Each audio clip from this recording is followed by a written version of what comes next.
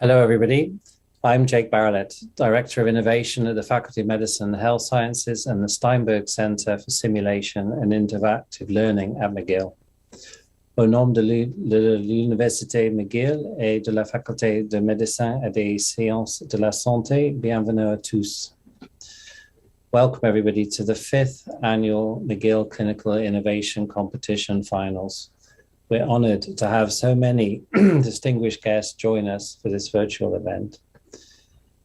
Inspired by our founding donor, McGill alumnus Dr. Raymond Hakeem, this competition was created to inspire members of our faculty to conceive and develop promising ideas that will have a direct and positive impact on Canadian or global healthcare.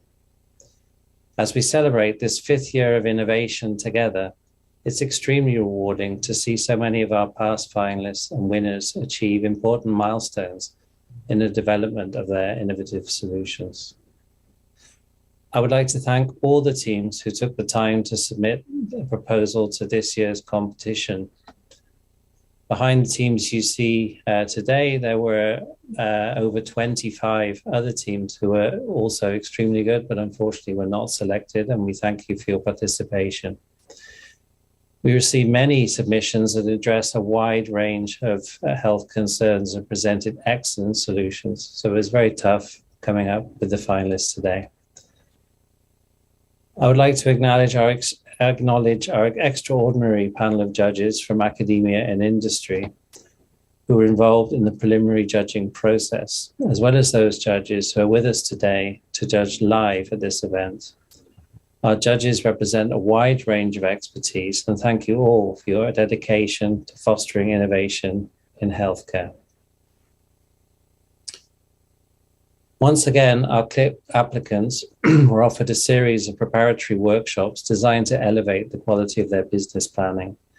And they learned about the fundamentals of preparing a business plan, intellectual property, and regulatory affairs. And so I'd like to thank Bearskin and Parr, District 3 and Lock North America for leading these workshops. Thank you also to our generous sponsors for your support of this year's event.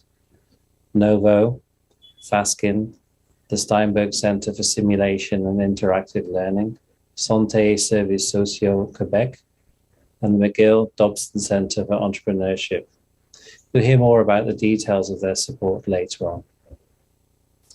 And of utmost importance, I want to thank the people behind each of our prizes for their vision, inspiration, and commitment to clinical innovation. Dr. Raymond Hakeem, creator of the Hakim Family Innovation Prize and the inspiration for this entire event. We're honored to have him here with us tonight, along with his brother, Dr. Antoine Hakeem, and his sister, Anna Hakeem Smith.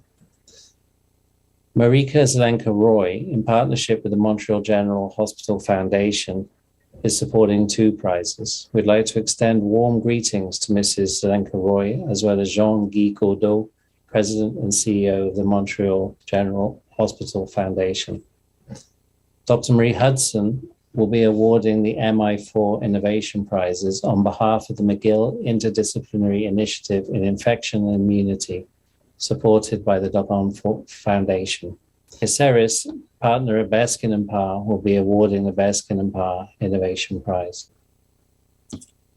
A special thank you goes to Leila Zahabi, Davisha, Cody Nathan, and the team at the Faculty's Communication Office, as well as the McGill audiovisual team for supporting the logistics, graphics, and communications for this event. Finally, a special thank you goes to Diane Wiedner, without whom this event would not be functioning as it does today. Thank you very much, Diane. Finally, then I'd like to introduce you to Dr. David Eidelman, Vice Principal of Health Affairs and Dean of the Faculty of Medicine and Health Sciences at McGill. Thank you, Jake. Hello, everyone. Bonjour à tous. I want to thank you all for attending our annual McGill Clinical Innovation Competition and Award Ceremony. Frankly, it's hard to believe that the CLIC is in its 5th successful year after, it launched pre-COVID. And, that was very much thanks to the vision and leadership of Raymond Hakeem, as you heard.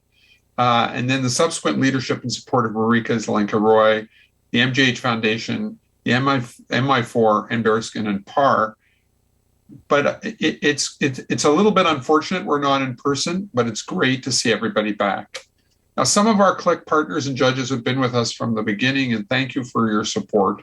But we're also delighted to welcome new judges who've joined and really making this into the great event that it is. I want to thank all of you for being here, also including Madame Carole Jabet from the FRQS. And of course, this year's finalists and teams for supporting this critical need and opportunity in healthcare. We're delighted to have everyone here at this year's CLIC, and where we're going to recognize, encourage, and celebrate high caliber innovative thinking of our faculty's researchers, teachers, clinicians, and trainees. We're very fortunate to have many visionary leaders in medical and clinical innovation in our community. And this was repeatedly demonstrated during the pandemic when we saw, in the midst of a global health crisis, how people came together, including here at McGill, and developed out-of-the-box and novel and innovative devices, tools, and tests with the aim of saving lives. Examples are real-time tracking of COVID-19 vaccine development and a rapid sensitive diagnostic test using saliva were just two examples of award-winning research conducted by here at McGill over the last 2 years. Today, thanks to modern technology, innovative thinkers and creators have access to extraordinary tools, artificial intelligence, augmented virtual reality, big data.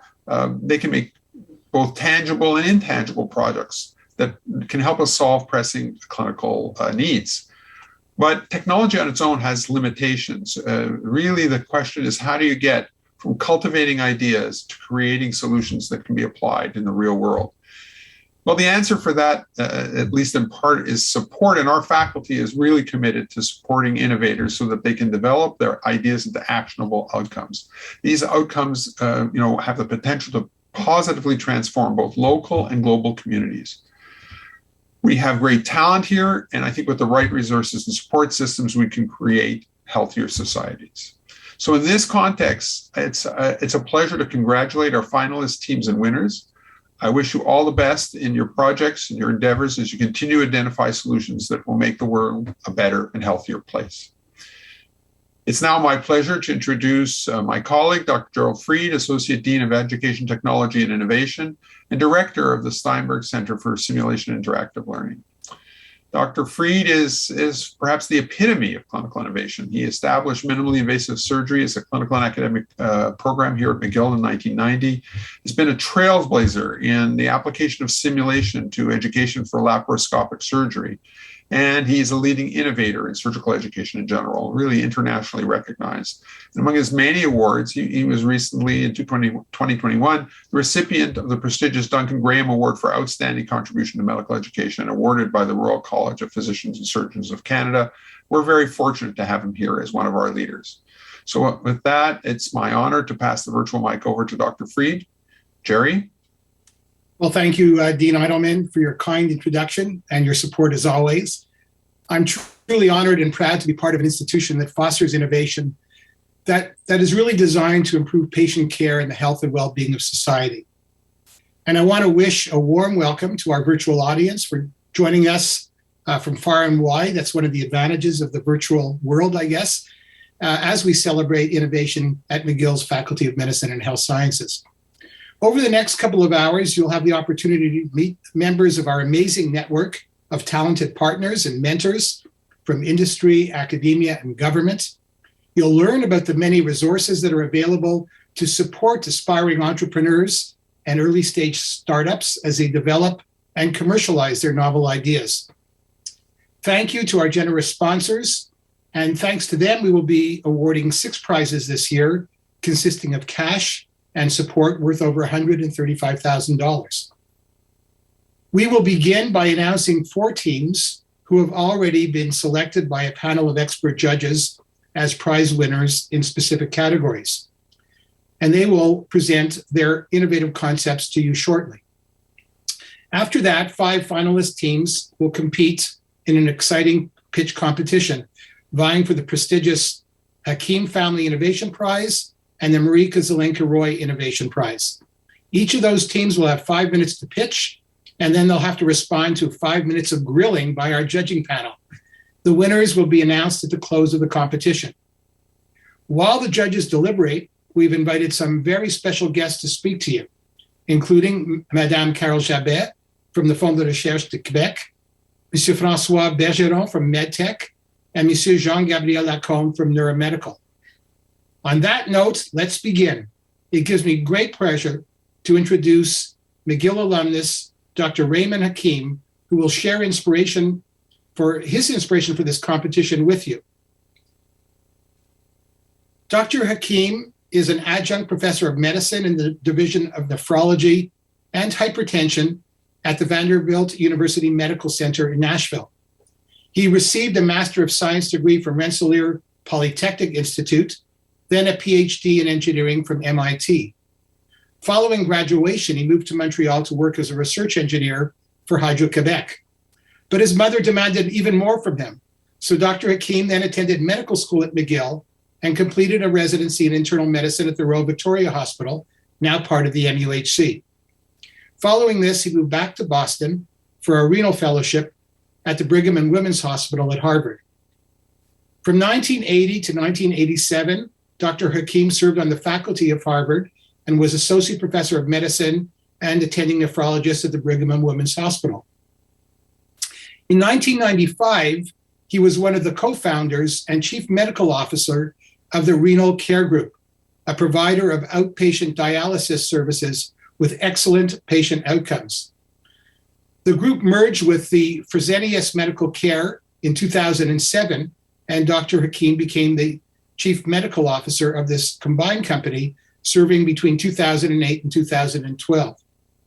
He has published extensively with over 200 peer-reviewed publications on clinical and basic research in kidney disease, dialysis, and plasmapheresis, and has contributed more than 35 chapters to medical texts. Dr. Hakeem is the recipient of numerous awards, including the Medal of Excellence from the American Association of Kidney Patients and the prestigious Belding H. Scribner Award in 2017. We are truly delighted to have him as a treasured mentor for our clinical innovation program and sponsor of this annual competition. Let's now hear from Dr. Hakeem. Hello, my name is Raymond Hakeem, and I'm a graduate of McGill Medical School, and then did my internal medicine residency program at the Royal Vic. I then chose to do a fellowship in nephrology at Harvard, because in medical school, I was told that the smartest people in medical school went into internal medicine, and the smartest people in internal medicine went into nephrology. So as you can see, I'm very competitive and I like competitions. About 5 years ago, I became interested in doing some background work on a number of new companies in the medical innovation field, and the background of some of the key entrepreneurs at these American companies. Somewhat to my surprise, many of them were graduates of McGill or other Canadian universities, but all these startups were in the US.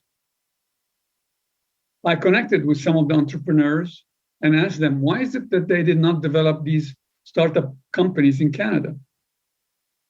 The answer most of them gave me was that they did not know that there were opportunities for them to develop these ideas in Canada. And they did not know how to initiate or solicit the financial administrative support for their ideas in Canada, from patenting their innovative solutions to generating funds to move their ideas from a concept to a startup company. So this is how the CLIC idea started in my mind. I had the opportunity to discuss this with Dean Eidelman, who was very supportive, and connected me with Jake Barolette, who has been a great leader and a supporter of the CLIC.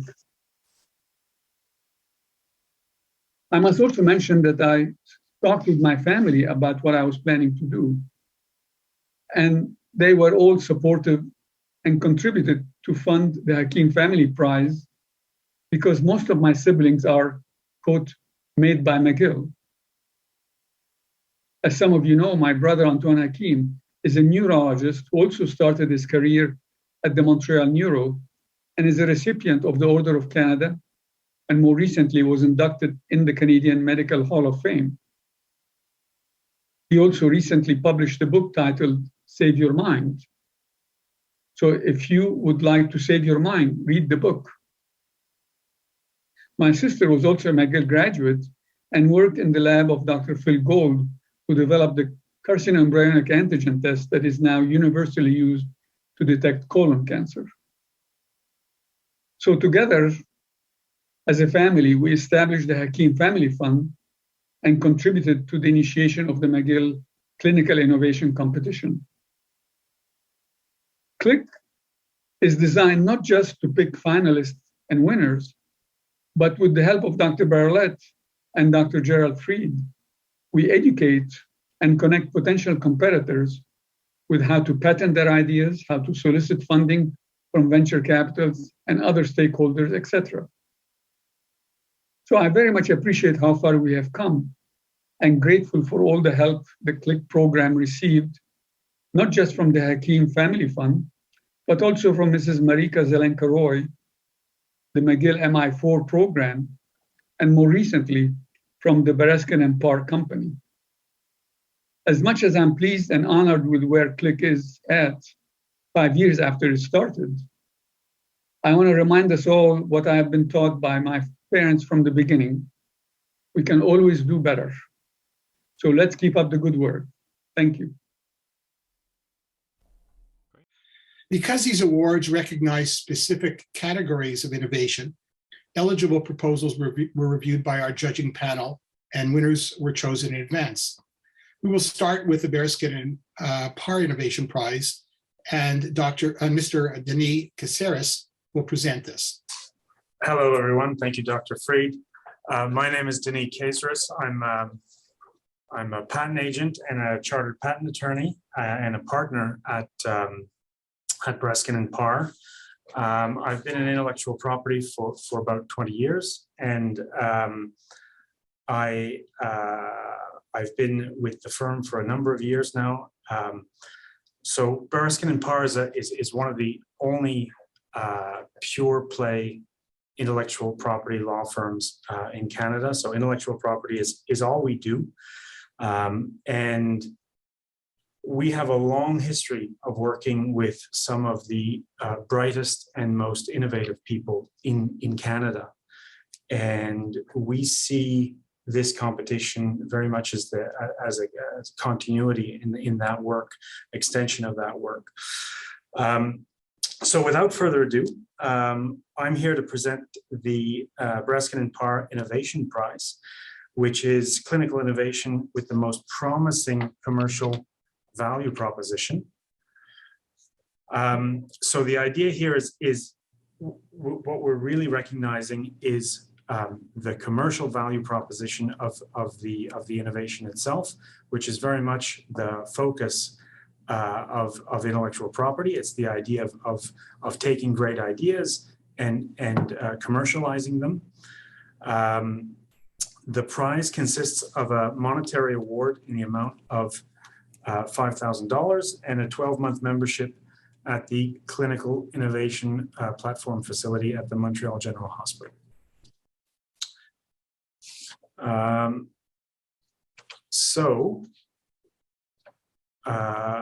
Maybe I'm not sure if the slides are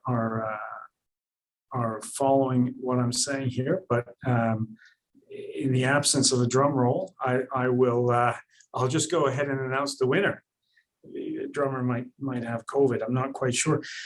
The winning team of the Bearskin and Parr Innovation Prize is Precare. Congratulations to Raphael, Ali, Gabriel, and Senna. I think we're going to play a short video that the team has prepared as a presentation. Think back to the last time you or a loved one needed surgery. For cancer, an injury, or even pregnancy. Remember the amount of information you received and the overwhelming feeling leading up to it? This experience alone is scary. And the overload of instructions from your healthcare team and a dozen pamphlets only increases your anxiety. Like most patients and family members, you most likely forgot the majority of the information provided when you got home. Without knowing where to begin, you turn to Google, which only ended up making things more confusing. Healthcare professionals are always looking to improve how they can educate and engage with patients and their families. Finding accurate and easy to follow instructions throughout this journey is more cumbersome than it should be. That's why we created PreCare. PreCare is a digital platform that provides inclusive and diverse patient education content. We want to empower both healthcare professionals and patients with informative digital guides using simple audio visuals, replacing outdated printed media, and optimizing the patient journey from start to finish. Accessibility is at the core of what we do, which is why our digital guides and animations are translated in over 20 languages. Our up-to-date, evidence-based content has been adopted in over 50 hospitals across 20 medical fields. Our clients include the Government of Canada, McGill University, and many others across 3 continents.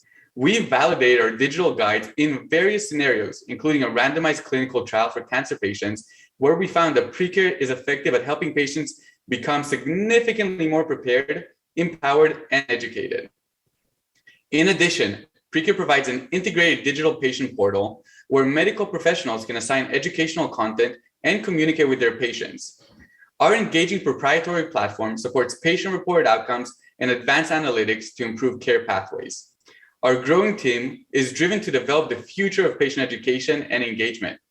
We know that by optimizing data with actionable analytics and artificial intelligence, we can help empower and prepare patients worldwide for the 21st century.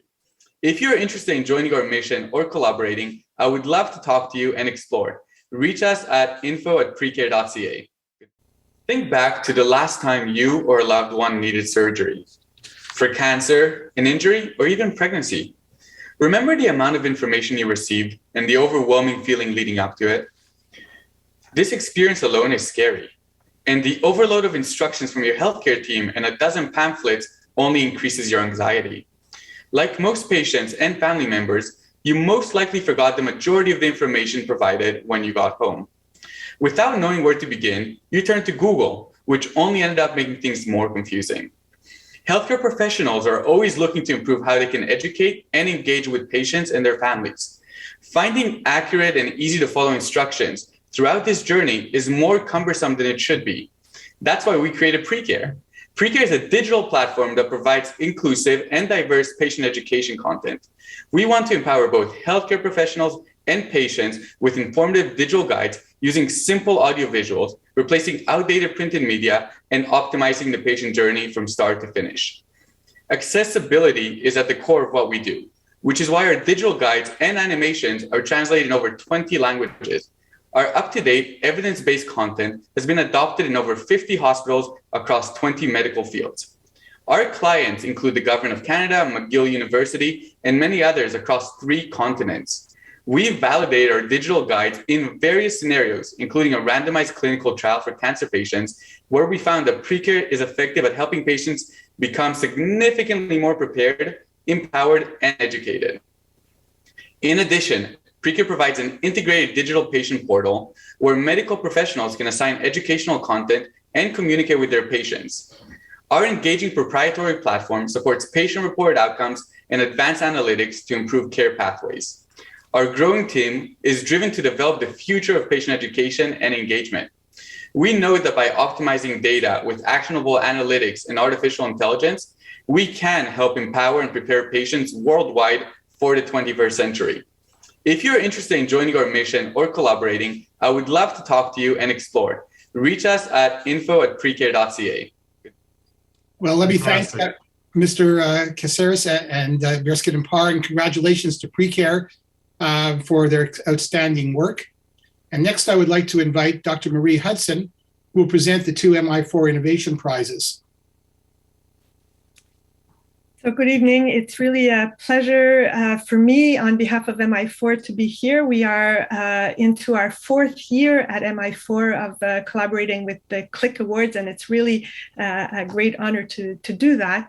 I would think that innovation is at the heart of Mi4, and the CLIC Awards are really the bring to life this core value of innovation. So it's really a pleasure to be there.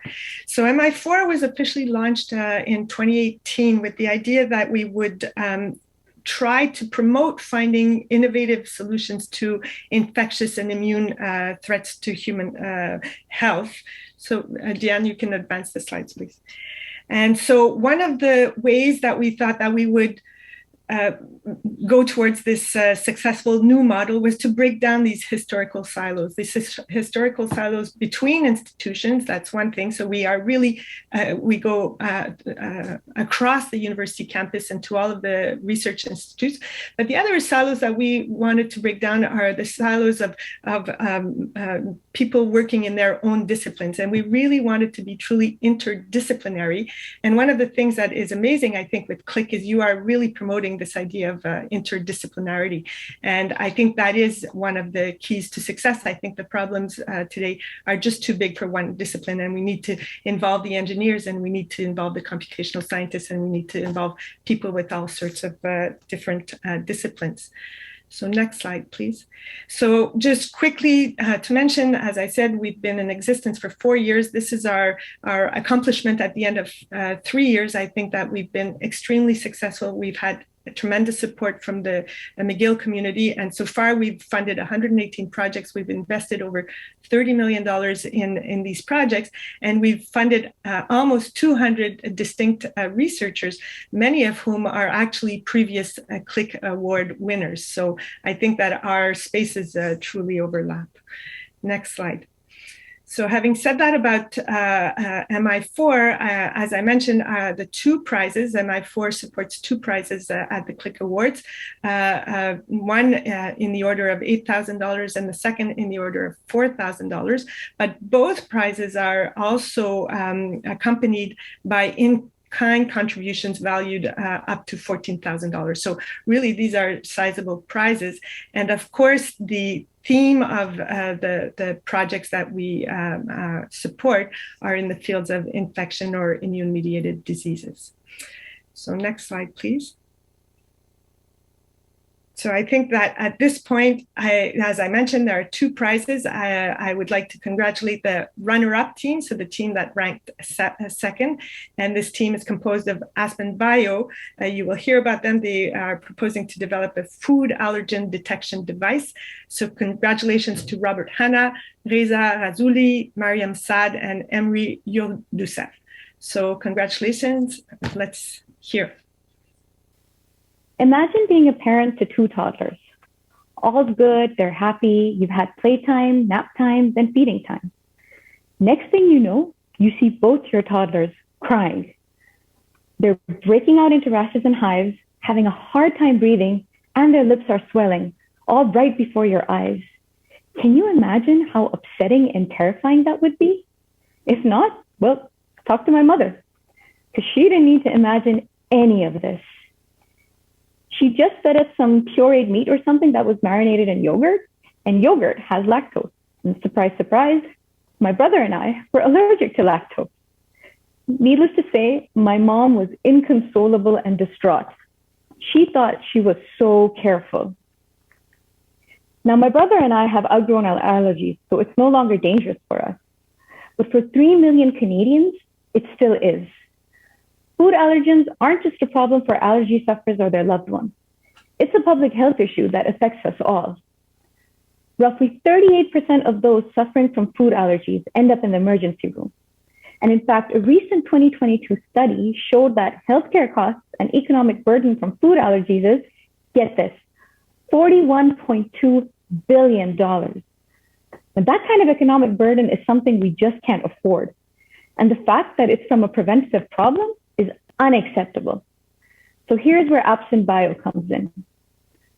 We at Apsin Bio want to build something that will help us all, specifically a portable, affordable food allergen detection device that will allow anyone to easily test different components of their meal for allergens. We believe that we can build this device because we're researchers with extensive expertise in the field of biosensing and detection using proprietary DNA and RNA molecules. These molecules have features that make them specifically recognize different targets. And this tech has already been used, in fact, to detect things like cocaine and coronavirus from wastewater.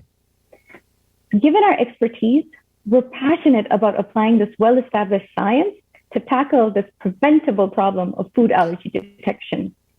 And in fact, over the past year, we've been actively working to develop this idea and get it running. We got together in the Quebec Scientific Entrepreneurship Program, incorporated a few months ago, personally invested our own money, and are in the process of filing patents and building the prototype. And this summer and fall, we're seeking seed funding to further develop the prototype in order to put the product in market in early 2025. What I want to do is build this device for my mom, because I know how much anxiety she went through because she couldn't figure out what was in my food. What I wish she had then is what I wish for allergy sufferers and their loved ones now: control and peace of mind when it comes to making choices about food. And if any of what I've said resonates with you, Emre, Reza, and myself would love to hear from you. Thank you.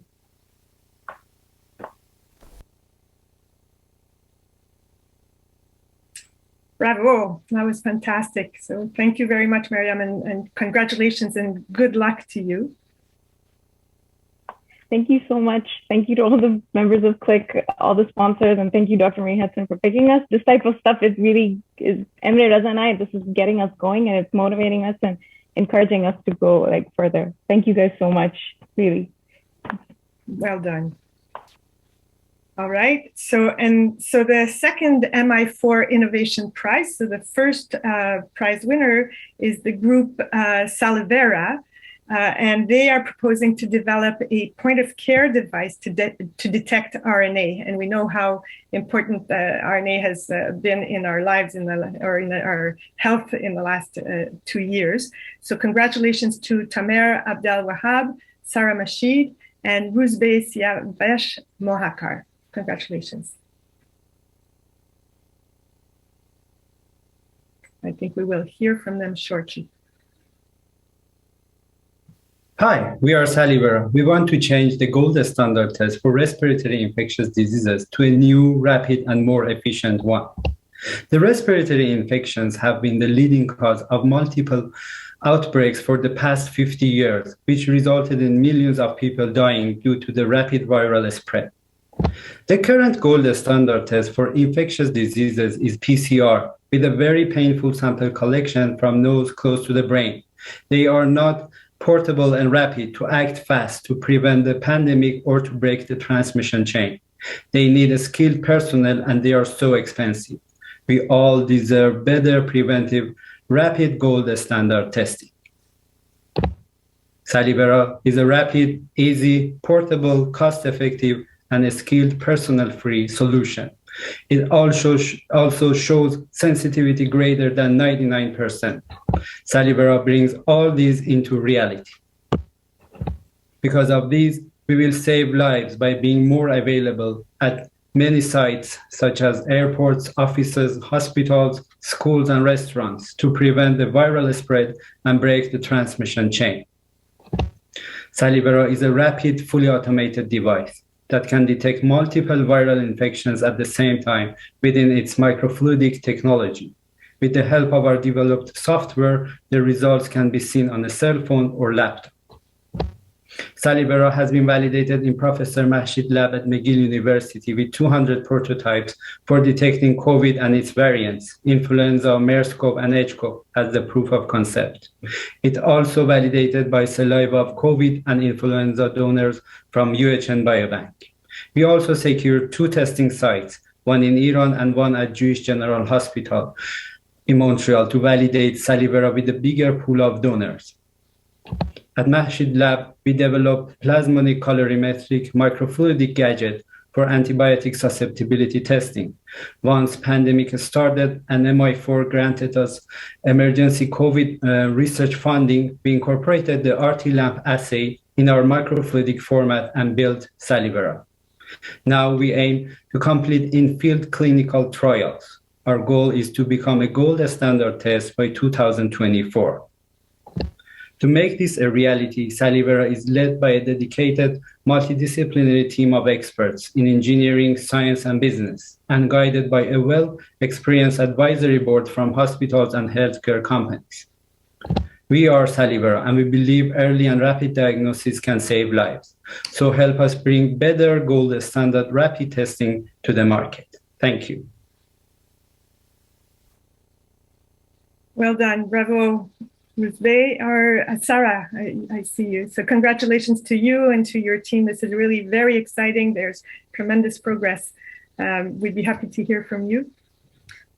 First, I would like to thank and thank you for MI4, Dr. Hakim, CLIC supporters, everyone for this generous support and basically supporting innovations and especially interdisciplinary from McGill University. And the reality, this work started from engineering, but it could have never been come to this place after 2 years without the great support and collaborative effort between engineering, medicine, MUHC, Jewish General Hospital, and all the great supporter that we have around McGill, and more important, MI4. So I would like to thank the support and also judges that we always been grateful with their feedback and comments on different basically stages of this work. Thank you. Congratulations. Good luck.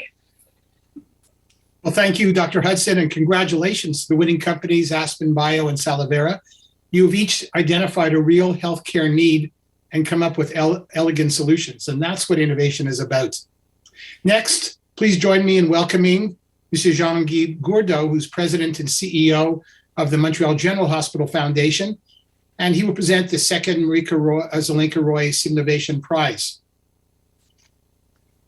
Thank you, Dr. Fried. Well, it's my honor to introduce and present the Marika Zelenka Roy Innovation Prize. In 1956, an 18-year-old girl escaped from communist Hungary in a horse-drawn sled by way of the windswept mountains in the Hungarian Alps. Just 5 years later, she graduated with a Bachelor of Science as one of the first female electrical engineers at McGill. In light of the ongoing war in Ukraine, Marika Zelenka Roy's story is particularly poignant. As we watch nightly coverage of terrified families being evacuated from miserable condition, it seems like Marika Roy's story is being retold over 60 years later. That soon after she became an engineer who believed in the power of collaboration between disciplines to foster innovation is testament to the resilience of the human spirit and offers hope to others who are currently enduring difficulty. More than ever, we are grateful to Marika Roy for her support for these innovation prizes that allow professionals and students from diverse backgrounds to work together. These awards support the leveraging of the best from health sciences, business, and engineering to produce clinical innovation and ultimately improve patient care and save lives. It is my honor to present it in Mrs. Roy's name. The prize, the Marika Zelenka Roy Innovation Prize. This award recognizes an innovation that improves patient safety or quality or addresses an unmet clinical need through the use of simulation. So this award includes a $4,500 monetary award, as well as courtesy of our partners. The winning team will receive expert services and support from well-known local firms, including a dedicated physical presence at the Clinical Innovation Platform at the Montreal General Hospital for up to 12 months. All the support and access is valued at close to $14,000. It is my pleasure to announce the winner this year as being Hollow Ray. So here's a video presentation of the winning team.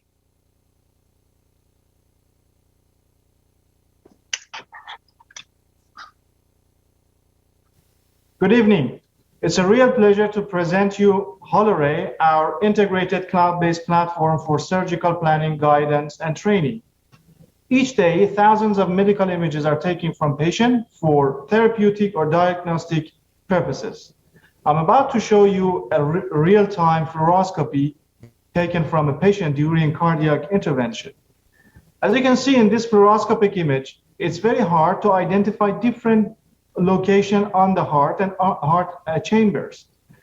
Also, another problem with most of the medical imaging modalities is the projection. To exemplify, let's take a look at this complex sculpture. If we shine a light from right-hand side to this sculpture, we can see a man with a cane. But if we change the perspective and shine a light from left-hand side, we see a baby with an umbilical cord. So it's an illusion that comes from the shadow. A workaround for it, and to alleviate this problem, we have developed HoloRay, which is an online accessible platform to develop patient-specific interactable holograms. And what that does is we can use those holograms, 3D interactable holograms, for pre-op planning, intraoperational guidance, and archival and training. And I'll give you some examples here.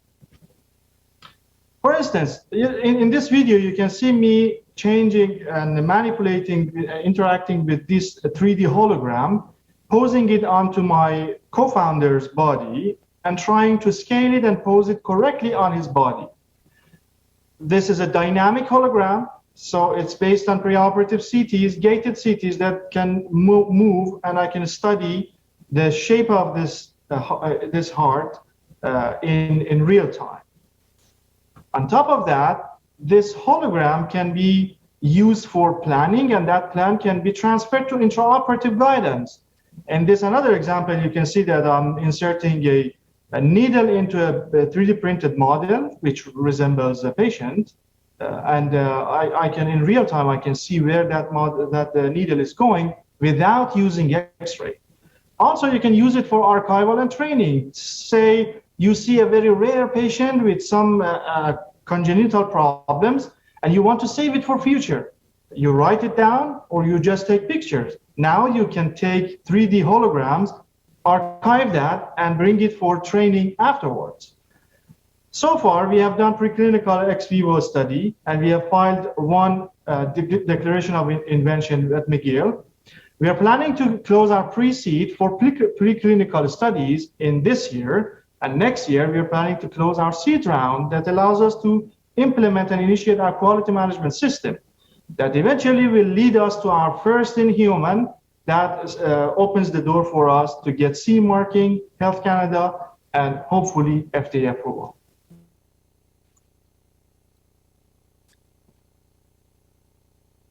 A very impressive presentation. Congratulations. I don't know if the team members have a few words they'd like to say. Yes, good evening, everyone. Thank you very much for this very generous recognition. This is Renzo Ciceri from HoloRay. I would like to sincerely thank the sponsors and the supporters of the CLIC. And we sincerely appreciate the opportunity to represent the efforts that the multidisciplinary collaborations have led to. Our motivation is the same as with every other participant in this type of initiative, which is to bring to the patients an improvement in their quality of life, improvement in their longevity, and to optimize the manners in which experts treat and care for some of the most complex patients that we deal with. So once again, I'd like to thank everybody for this very kind, generous recognition. And we wish you and all the participants in this competition a very, very good evening. Thank you. Well, congratulations to all of you. And I turn the microphone over to my colleague, Dr. Jake Barrelett. Thank you, Dr. Fried. As you heard, Dr. Hakim is a competitive guy, so this is his favorite part of the competition. We're going to hear from 5 finalist teams who will be competing for 2 awards.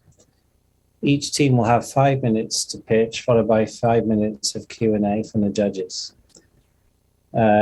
Diane Wiedner will help moderate the questions, and we ask the judges please to raise their hands on Zoom on the reactions button to signal that they have a question. The teams will be competing for the following prizes: the Hakim Family Innovation Prize, as detailed in the slide that you see, and also the Marika Zelenka Roy Innovation Prize, as you can see on this prize. Substantial awards for substantial competitors.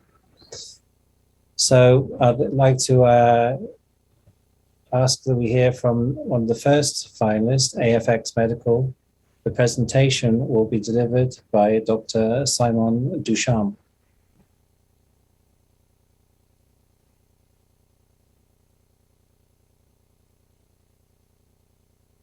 Good afternoon. Our journey at AFX Medical started from my own personal experience as a brain imaging researcher. I was seeing all these amazing technologies being developed and thousands of publications, but yet so little of it is reaching patients to improve their care. So we decided to work on brain tumors. You might not be familiar with this, but the majority of brain tumors do not start in the brain. They start in other organs and they metastasize to the brain, creating these tiny lesions that can grow from 1 to more than 30, sometimes as small as 1 millimeter. It used to be that when you had these lesions, you would receive whole brain radiation and your prognosis was very bad. But now we have much better treatments, local treatments that give much better outcomes to patients. But the choice of that treatment is based on the precise number and size of these lesions. So doctors have to carefully go through the brain scan to find every single one of these lesions. But imagine doing this at the end of your day when you're tired and you've seen dozens of scans. The consequence is predictable. We know that 6% of the lesions are missed, which often lead to second interventions that could be avoided. And just the cost of these reinterventions is over $200 million for the healthcare system in North America. On top of that, we estimate that 5 to 15% of patients are overtreated with whole brain radiation when they could have received local treatments with better detection of lesions. I wanted to work on this, but I was not going to do that alone. So I co-founded AFX Medical with Jeremy, who brought his legal and business background. And we assembled an amazing team of neuroscientists and experts in machine learning for brain imaging to work on that problem. But before starting, we wanted to make sure to build something that would be really useful to doctors. So we surveyed them. And they told us that they want a software that could number these lesions, measure them, outline them. And they also want to be able to edit the tracing and follow them up over time with multiple scans. So we started working on this with our partners at the SHIM with a unique data set of brain metastasis. And using several innovations in artificial intelligence, we were able to build a software that automatically detects and measures these lesions.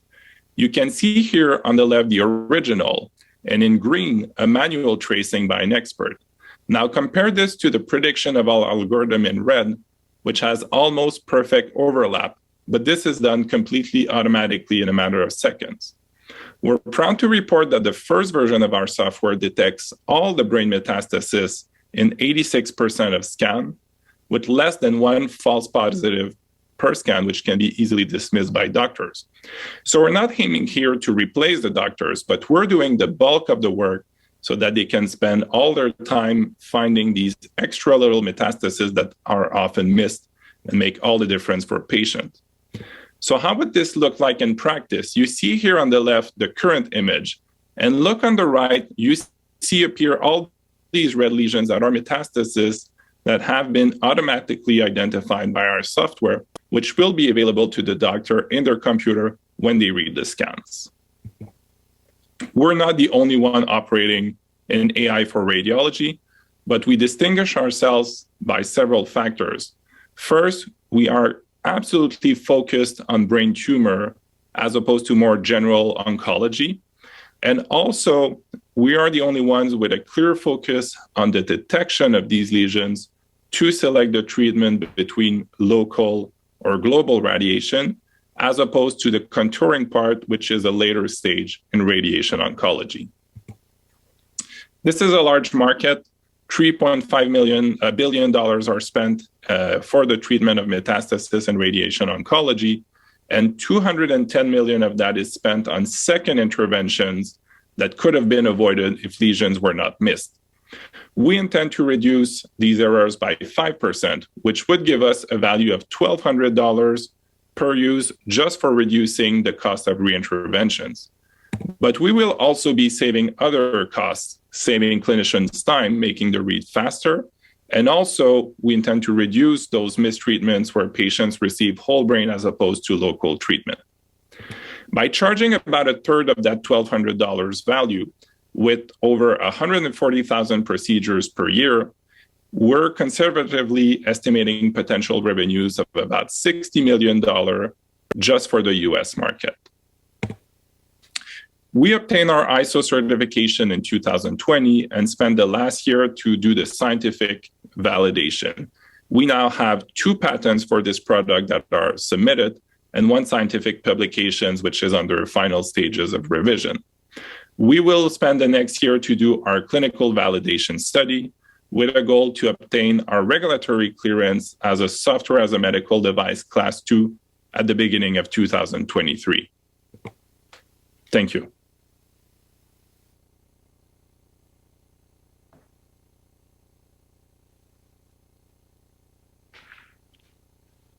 There you go, I did it. Do we have any questions? Diane, can you?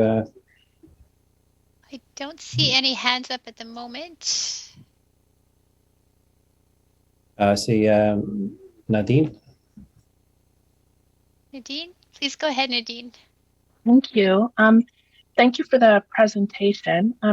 What age of patient will this target? Is this something that can be used for pediatric patients? And will clinicians need additional training in order to use this and kind of upload this into the EHR and share it with colleagues? So in brain metastasis, you can see across the age spectrum from young people to older adults. Of course, it's a bit more in the older adults. Our product was developed on adult brain scan. Theoretically, it would work also on children's scan, but we would require a validation using pediatric MRIs to do this. But that should be fairly technically simple. We intend to deliver this locally in hospital with a fairly easy to see interface. So the doctors do not need to do any of the technical work to run the software. They just analyze the results, which can be delivered as I shown you in pre-trace lesion or through a PDF report with the lesions and the tracing. So it doesn't require any technical expertise on the part of the doctors. Thank you. We have a question from Jeremy. Hi, Simon. Very well done. 2 questions for you. It's a 2-step question. The first is, what kind of a processing power does your software require? So that's a very good thing. The training of the algorithm requires a lot of processing power, but the actual software after being developed could run on a MacBook. So it's very easy to integrate on the servers of a hospital.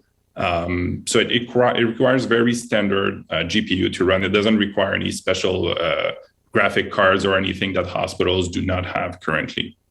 Okay, and then my second question would be, what is going to be your strategy for integrating with the different PACS providers? So how do you foresee kind of setting up those APIs, or if this is going to be local, setting up those integrations?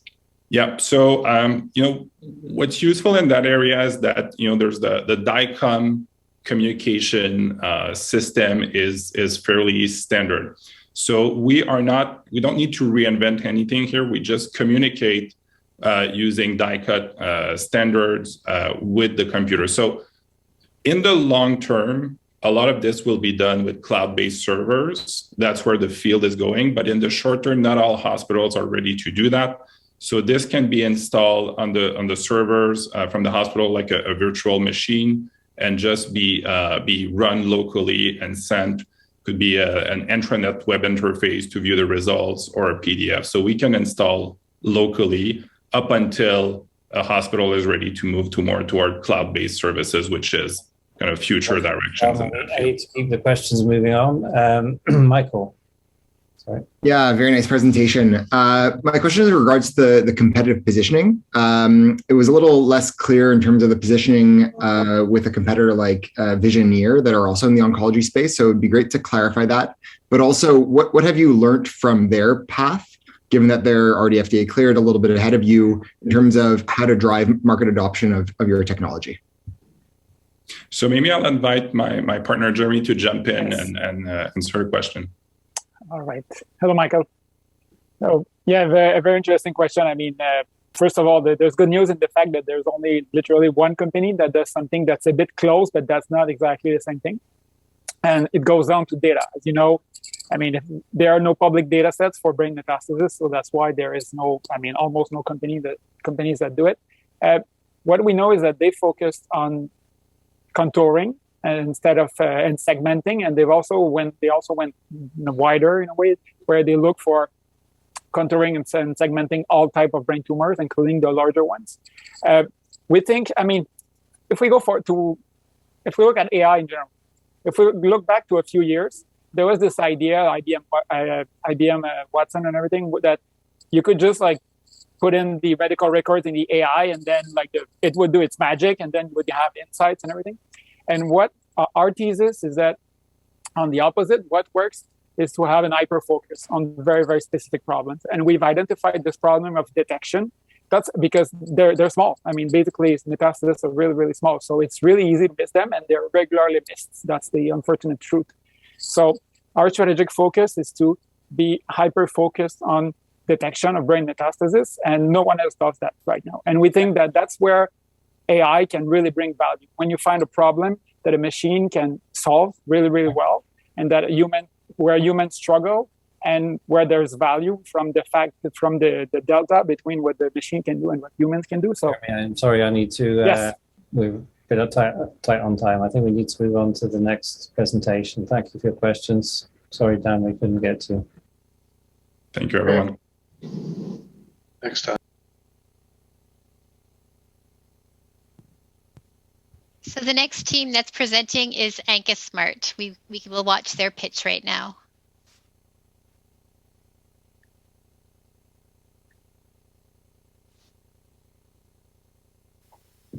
Hello, I'm Dr. Nikki Pai. I'm an associate professor of medicine at McGill University and the PI of AnkaSmart. Today, I will share my story. I'm a mum.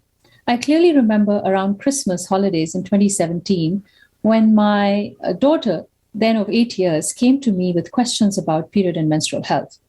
As a trained medical doctor and STI expert, I was struggling to answer her key questions without offering detailed medical explanations. I can only imagine how frustrating it would be and hard it must be for other moms and parents out there. In that moment, I realized that I had to do something, not just for my daughter, but also for the countless young adolescents who transitioned to Minaki. And the idea of AnkaSmart was born. Today, together with my smart team of Olivia, Ronnie, and Liz, we present to you our novel solution, AnkaSmart, a complete Internet of Things solution for adolescents. Adolescents today face a lot of challenges. There are about 900 million adolescents worldwide who face physical, mental, and reproductive health challenges. Menstrual irregularities precipitate anemia and impact fertility. Mental health challenges that range from anxiety, depression, to mood disorders, they happen around adolescents. And as for reproductive health problems, untreated STIs and unplanned pregnancies can impact one's life forever. So although the cost of investing in sexual and reproductive health is staggering, we need to invest in solutions now because adolescents are our future. Over to Olivia, who's going to talk about one such solution. So AnkaSmart is a personalized, comprehensive Internet of Things solution managing adolescents' physical, mental, and reproductive well-being. It addresses calls for digitally innovative solutions by the World Health Organization and Global Affairs Canada to equip women and gender-diverse populations with the tools to make smart, proactive decisions about their health. Our solution is smart device and smartphone agnostic. Our clinical services and educational platform bridge gaps in comprehensive clinical care, confidential real-time documentation of health conditions, and evidence-based information. It fills the need for timely clinical action and revolutionizes personalized services for adolescents in their preferred languages. It's presented in an engaging format tailored to the user's profiles and will help inform decisions through predictive analytics. We also have built-in tools for retention to ensure care for all of our users. Healthcare professionals can further be confidentially provided with the user's data in order to guide their clinical decision-making. So by improving the user's health knowledge, perception, and attitudes, catalyzing behavior changes, and addressing myths and misinformation will provide adolescents and young women with better care. With Ankusmart, we will achieve positive outcomes and solve global problems. This will include managing menstrual irregularities, continued linkage to care, follow-up and retention in care, improve mental well-being, and reducing sexually transmitted infections and unplanned pregnancy.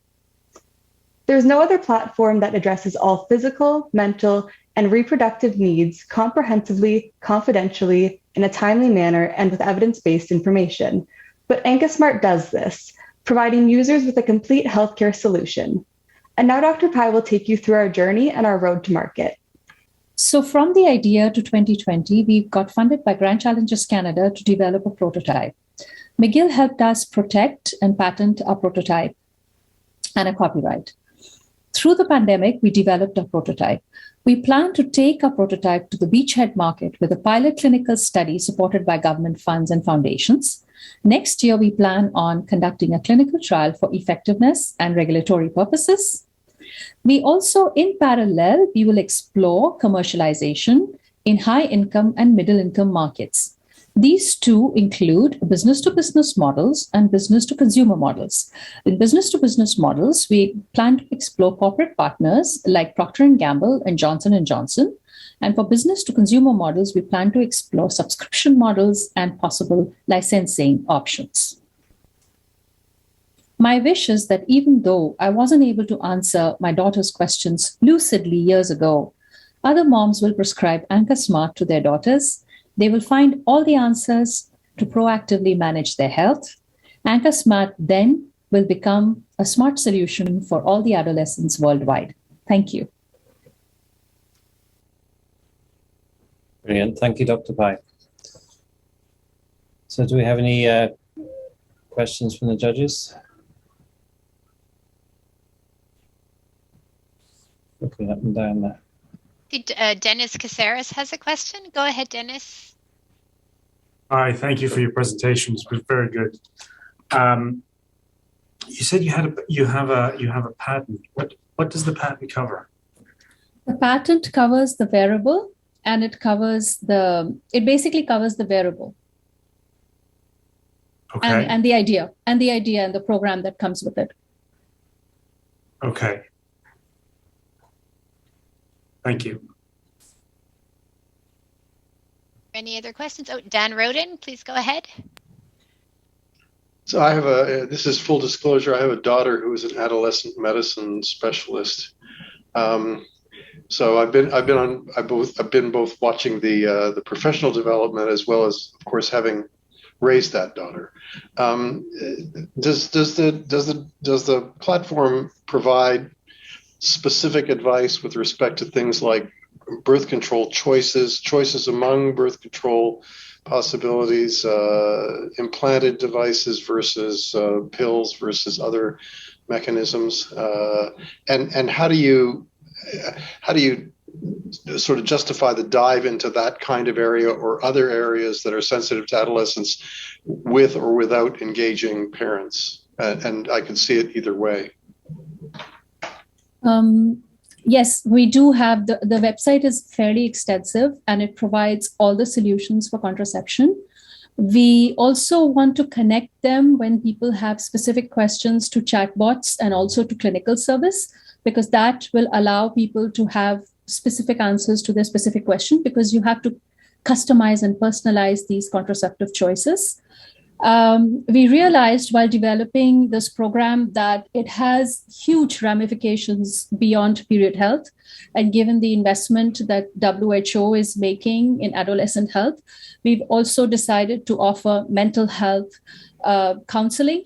So the program is going to grow because there are so many things that it can cover. But for now, we're going to start with period health and contraceptive choices. That was a long answer to your short question. So the answer is yes. Thank you. Michael Mee, please go ahead. Yeah, really, really great sort of application space, and it's definitely a big problem. My question is in regards to the sort of ability for the wearable to improve the platform, and how do you balance that with the limitations that something like the wearable might pose to scaling the solution? So thank you, that's a great question. I've been in this space for the past 15 years, and I have developed apps for HIV and STIs. And I've realized that you have to be continuously iterating to be ahead of the game. So my plan is to continuously iterate and also in parallel conduct clinical studies, because most products that are launched in the market without adequate clinical trials and clinical data fail. They fail to get traction and they fail to get justification. And because my plan is to not just cover middle income and high income settings, but also low income settings, and for those, we have WHO and foundations that are very interested in data. So coming back to your question, the plan is to expand, iterate, and make sure that the wearable and the application and the entire solution is relevant and up to speed and even beyond, what other competitors will offer. And for now, we know that there's none on the market as of now. Thank you. Yeah, and just to complement the answer of Dr. Pai, we are currently limited by the wearables, but they are improving and their costs are only decreasing in time. So our application for now is for Android-based devices, and there's many ranges of qualities and prices. And we think the price of the wearable is going to go down, so it won't be an issue for the future iterations of the platform. Thank you very much, Ankusmart. We're now going to move on to the next team. So the next team is Ponder Therapeutics. And we will watch a short video right now.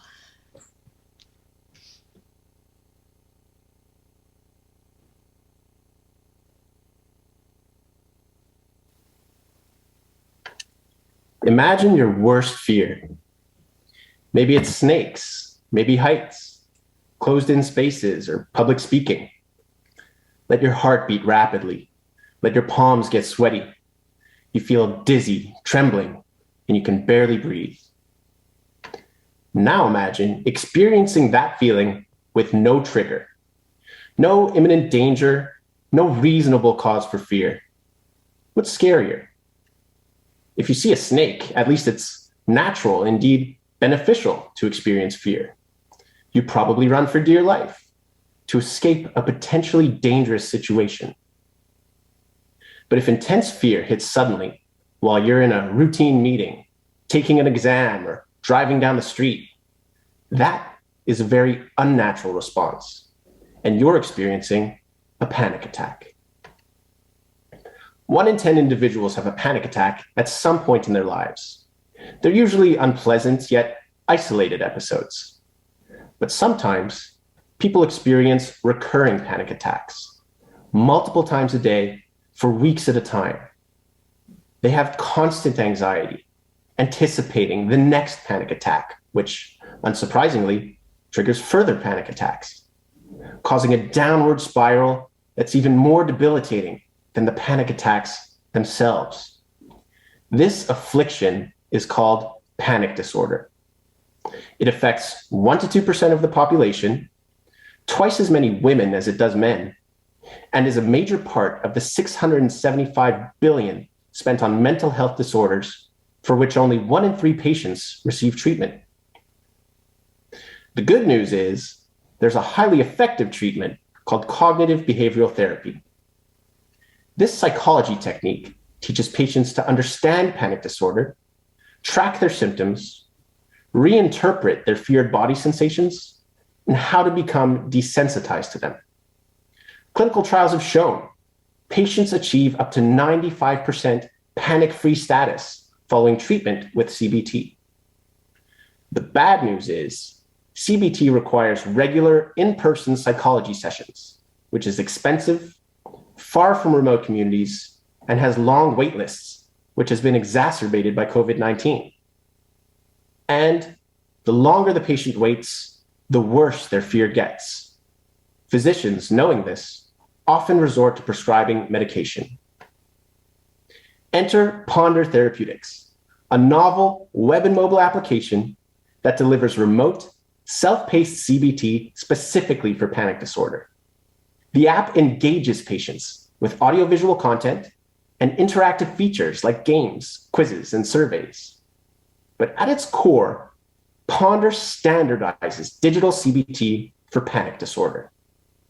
We're focused on rigorous testing through clinical trials because we want doctors to prescribe the app with the confidence of published, peer-reviewed evidence. Ponder is different because our app is designed, validated, and prescribed by clinicians. Other apps might try to help with anxiety, but not panic disorder. Some might use CBT principles, but lack tools for self-monitoring. None have been the subject of a randomized, controlled clinical trial, and none have regulatory approval as software as a medical device. Some physical devices can help to control breathing during a panic attack, but this means patients must always have the device on them whenever symptoms arise, which may not be very practical. And as we know, in-person psychology is increasingly inaccessible. Other digital therapeutics intended to treat mass market conditions like insomnia or drug addiction are paving the path to commercial success. They're protected by robust clinical evidence, regulatory approvals as medium-risk medical devices, copywriting therapeutic content, and securing reimbursement from public and private payers. Ponder will follow this roadmap to build a sustainable brand in digital CBT for panic disorder. The Ponder team has core competencies in CBT, clinical trials, quality management and regulatory affairs for medical devices, and patient engagement. Together, we have the experience and motivation to set a new standard of care. Together, we can make panic disorder a little less scary.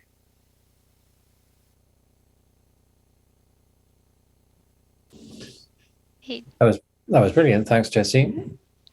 Thank you. Just wait for the judges to indicate.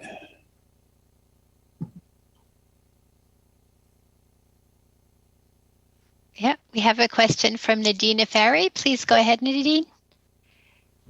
Hi, Jesse. Thank you for your presentation. Can you talk a little bit about how you're going to recruit patients for the trial and the study design? Absolutely. So I'll let Luisa speak a bit more to that, but first I'll say we have an online marketing strategy where we plan to reach out to patients with panic disorder through online communities and to recruit them for this trial and really encourage the benefits of this device. Luisa? Yeah, so I'm the director of the Emotional Health CBT Clinic, which was previously just called the CBT Clinic because it was the first one in Montreal, established in 1972 at the Montreal General by Dr. Spivak. So we do see, quite a few, we see many patients with panic disorder. So the idea would be to recruit them through the clinic. And then there's a lot of empirical evidence that CBT for panic works and that it works when delivered through the internet as well. So really our job would be to show that our app for panic works.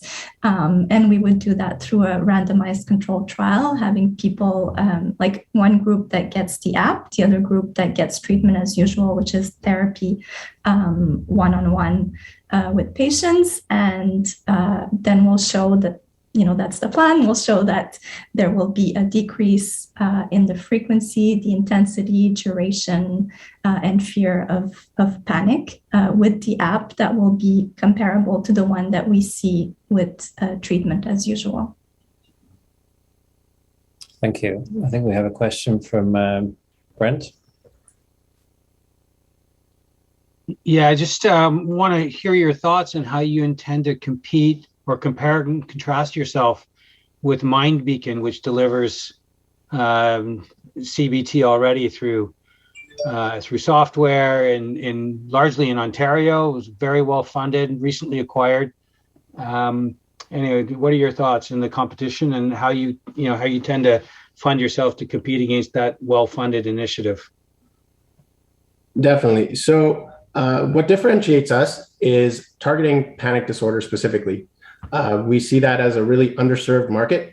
And we think that this app will be especially beneficial for those patients because panic disorder has specific characteristics to make it more amenable to CBT. Luisa, you want to comment on that? Yeah, so the idea is that the GP or physician would prescribe the app. And so people with panic really go to their GP, they go to the ER because they think there's something physically wrong with them. And that's really when we have this great opportunity. Like the whole idea or motivation from my perspective is really we have a golden opportunity to intervene right there and then, because otherwise they get prescribed Ativan or they are sent to a psychologist, but then they have to wait 6 months. And in that 6-month period, the disorder can get worse, leading to agoraphobia, depression. So that's like a golden opportunity. And also there's a lot less variability in panic. Like when we think of the thoughts and the behaviors, like the thoughts are all similar. It's like I'm having a heart attack, I'm going to stop breathing, I'm going to faint, I'm going to go crazy. The behaviors are the same in terms of hypervigilance and checking. So it's very there's a lot less variability from patient to patient, like relative to depression, let's say, or generalized anxiety. So we're really like focusing in on something where we can really make a difference. Thank you very much, Ponder Therapeutics. We're now going to move on to the next team. So the next team is SeeSpine.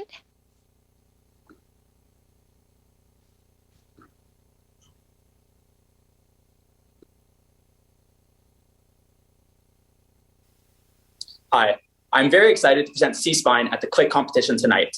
SeeSpine is a telehealth application to help scoliosis patients move beyond x-rays. My name is Evan Diamondberg, and I'm the interim CEO of SeeSpine. I'm also a medical and master's student at Université Laval. My co-founder, Dr. Jean Ouellette, is a surgeon at the Montreal Children's Hospital and the president of the pediatric division of the Canadian Spine Society. Our co-CTOs, Frank and Leander, are both 3D software engineers with over 10 years of experience in the field. Adolescent idiopathic scoliosis is the most prevalent spine deformity, affecting 7 to 11 million patients every year just in North America. It leads to lung disease and multiple disfigurements, and our current standard of care is biannual visits with 4 x-rays per year.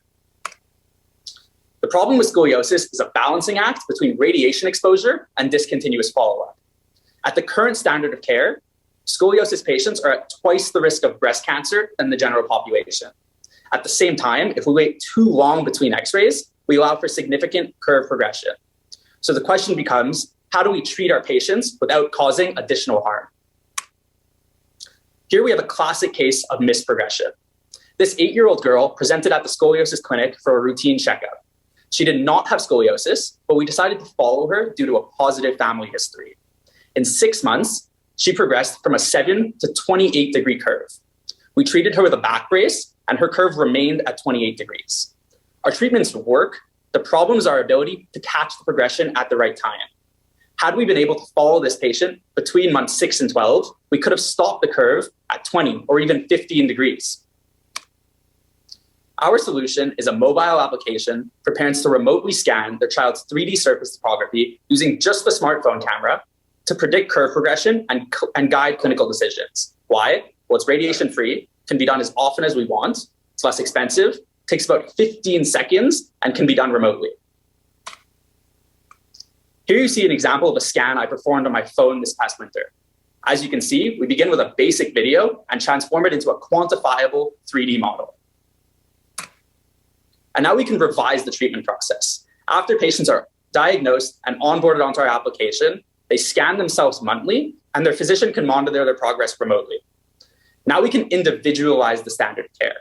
For example, the patient that's stable at 6 months does not need an unnecessary x-ray or unnecessary hospital visit. At the same time, the patient that has already progressed at 3 months can benefit from an additional 3 months of treatment. SeeSpine aims to bridge the gap between the patients, their surgeons, and the general practitioners. For the patients, we allow them to save money. There's no radiation. We allow for frequent assessment, which leads to less surgery. For the surgeons, we allow them to save time, prioritize patients based on severity, which leads to better outcomes. And for the GPs, we provide them a tool to accurately monitor their own patients as there are significant delays to see specialists. Now, there are other technologies aiming to replace x-rays in scoliosis, such as low-dose x-rays, scoliometers, and ultrasounds. However, SeeSpine is the only technology that is radiation-free, accurate enough to substitute an x-ray, and can be done remotely. The market size is obviously quite massive. Just in North America, we estimate a $2.25 billion annual market size. Now, scoliosis is expensive. Worldwide, the average cost of an x-ray is $272, which over an average follow-up of 6 years leads to $6,500 in x-ray costs, and the average surgical intervention is $80,000. Specifically in Quebec, the average non-surgical patient costs the healthcare system just under $5,000, and that is purely for routine hospital visits. And the average surgical patient costs the healthcare system just under $30,000. Our go-to-market strategy is to target key opinion leaders for clinical validation studies in Canada and provide cost-free subscriptions to patients. We will then use our Canadian proof of concept to monetize in foreign markets. We are performing our own health economic studies in order to get reimbursement from insurance companies and public healthcare systems. However, short-term revenue will likely result from monthly patient subscriptions. Traction. Well, we completed our pilot study, onboarded our developers, we filed patents and trademarks, and we contacted the major regulatory bodies to confirm our class designation. The first version of our application is completed, and we are using it for 3 validation studies that are commencing this May. This summer, we aim to complete the second version of our fully dual-ended application and onboard our CEO. And this fall, we will proceed with regulatory submissions and approvals and close a $1.5 million seed round. Our mission is to detect curve progression faster and safer to avoid major spine surgery. And our vision is to replace unnecessary repetitive x-rays with remote surface topography. Thank you. Great, thank you. Thank you, Evan. We'll now invite questions from the judges.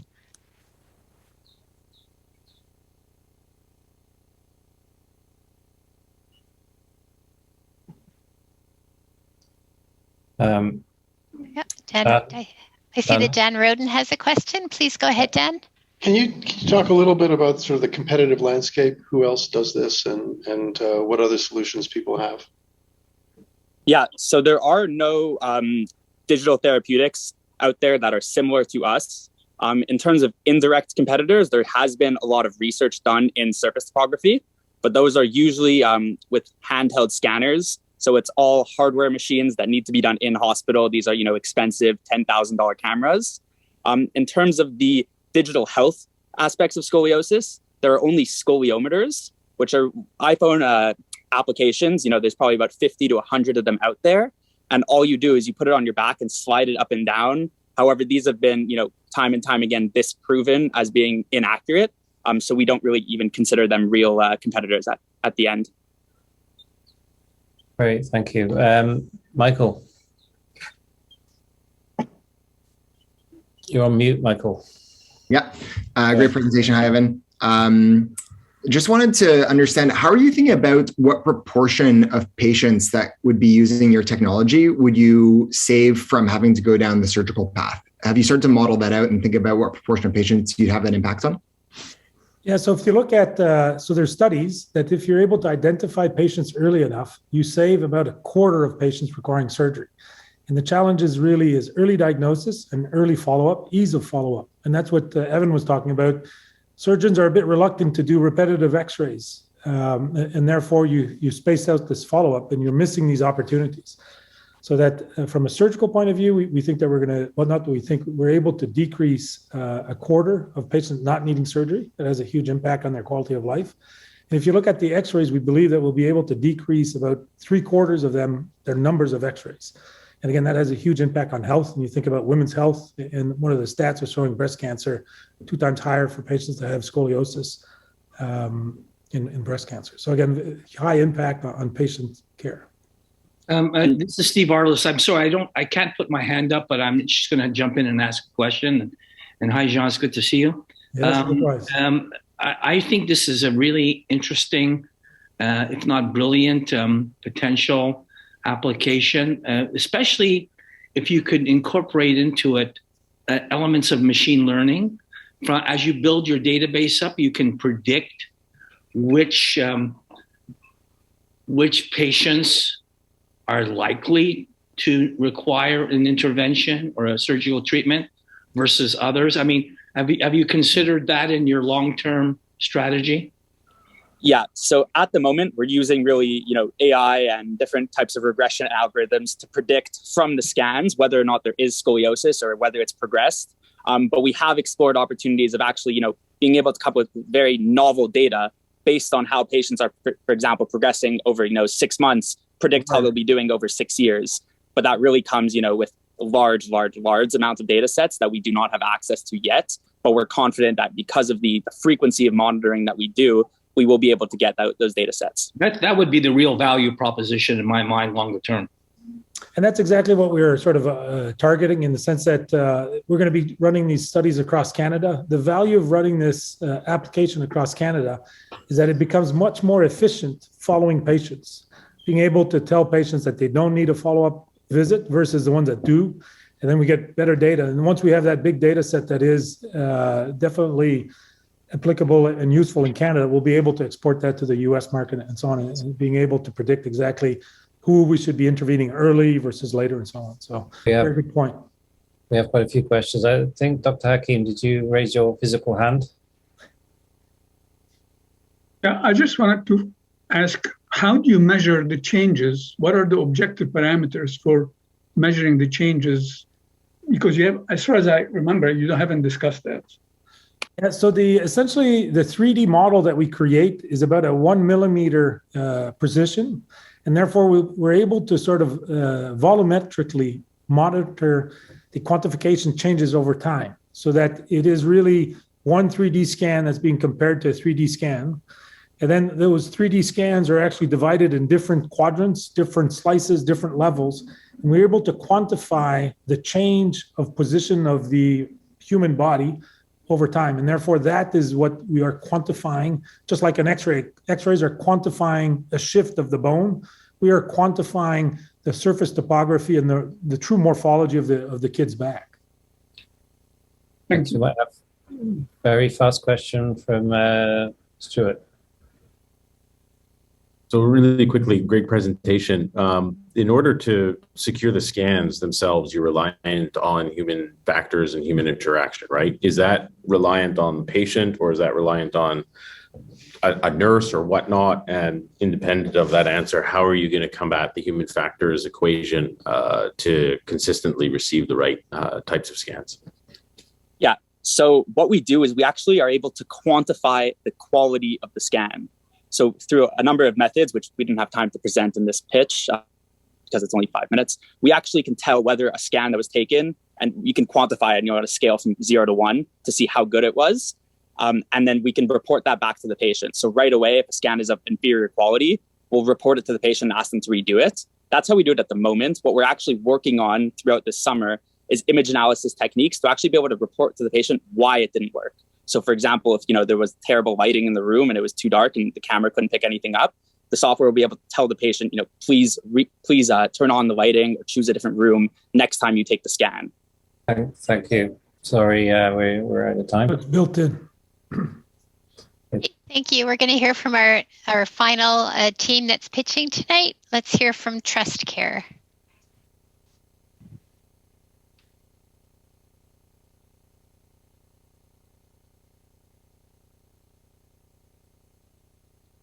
Hello, everyone. We are TrustCare. As TrustCare, we bring better care to seniors anytime and anywhere. This is my grandpa. He's already 92 years old, but he's still living alone. As many of you as grandchildren, I'm very worried about him. At first, I was thinking with today's technology, there should be some solutions could help me get track of his status and ease my worry. But I was actually wrong. Because through my research, I found the existing monitoring systems for seniors are insufficient and impractical. That's what we have. In the market, we have Life Alert. It can send alarm when seniors fall, but they have to press the button. We have Apple Watch. It can collect information about health and emergency, but you can never expect a senior to wear it all the time and remember to charge it regularly to keep that functioning. We have Amazon Alexa. The system is autonomous, but it can only detect falling. We have Granny Camera. Well, with its video input, it seems like it can capture so much information, but you have to stay in front of the screen for the whole time to receive that information. We have Cesara. It can collect various information. It is autonomous, but unfortunately, it's so complicated and it's only applicable to professional setting like in a facility.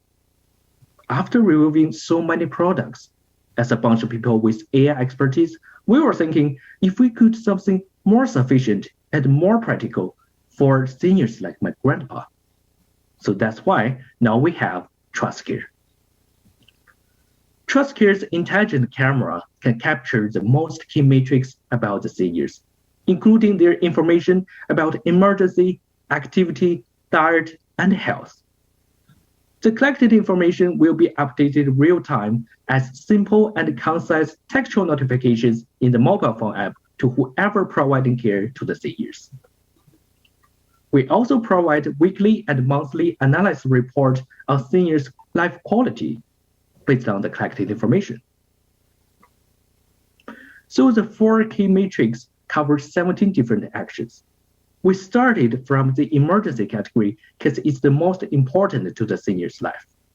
In the video, we can see we extract the skeleton so we can protect the senior's privacy like a sensor, but keep whatever a granny camera can see.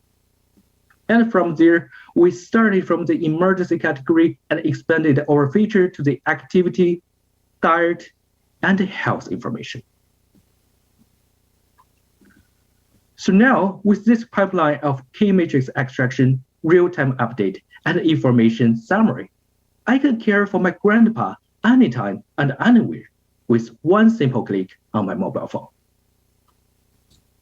TrustCare provides real-time information to help caregivers respond to emergency even faster. TrustCare may also support medical professionals to provide ongoing care by assisting early diagnosis of chronic diseases. Most importantly, our product gives families peace of mind by providing their senior status anytime and anywhere. Our total market is enormous, including more than 700 million global seniors. Our early adopters are Quebec seniors who live alone at home or in care facilities, meanwhile have a higher acceptance level of using video cameras. Therefore, our initial market will have more than 56,000 users. We are currently in the proof of concept stage. TrustCare will get incorporated this summer, and we will start testing our product with early adopters and claim our IP this fall. We expect to release our product next summer. We are an all graduate student and alumni team, and we have 3 groups responsible for the app design, marketing strategy, and AI algorithms. McGill supports TrustCare by providing a vast network and resources. We have had our first mentor, Dr. Cameron, since joining the Go Lead program in September 2020. Dr. Avadursian comes on board while we work with McGill Engine Incubator. Also, we have established collaboration with Dr. Kanasov for future product testing in care facilities. Support TrustCare in empowering millions of seniors around the world, providing them with the highest quality of care anytime and anywhere. Thank you very much for listening. Thank you for that excellent presentation. We'll now invite questions from the judges.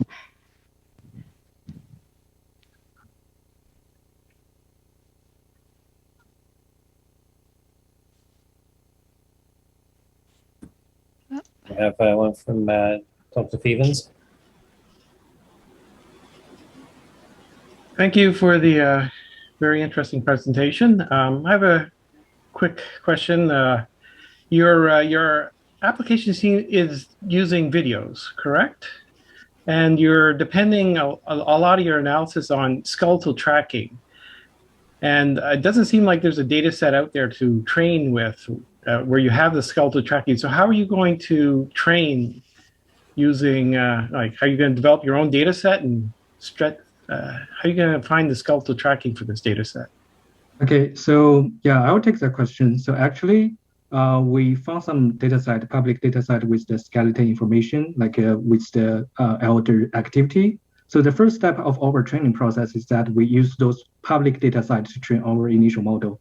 And from there, since, well, this is a machine learning project, right? And we are getting advantage of the artificial intelligence. So it can be self-learning. So we will gather our own data through our early adopter testing and our in-lab environment testing. So in that way, we can keep updating our system with more and more data income. Okay, thank you.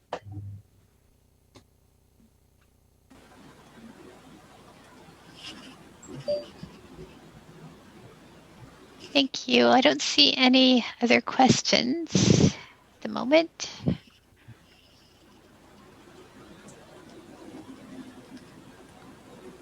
right, I guess it was very clear then.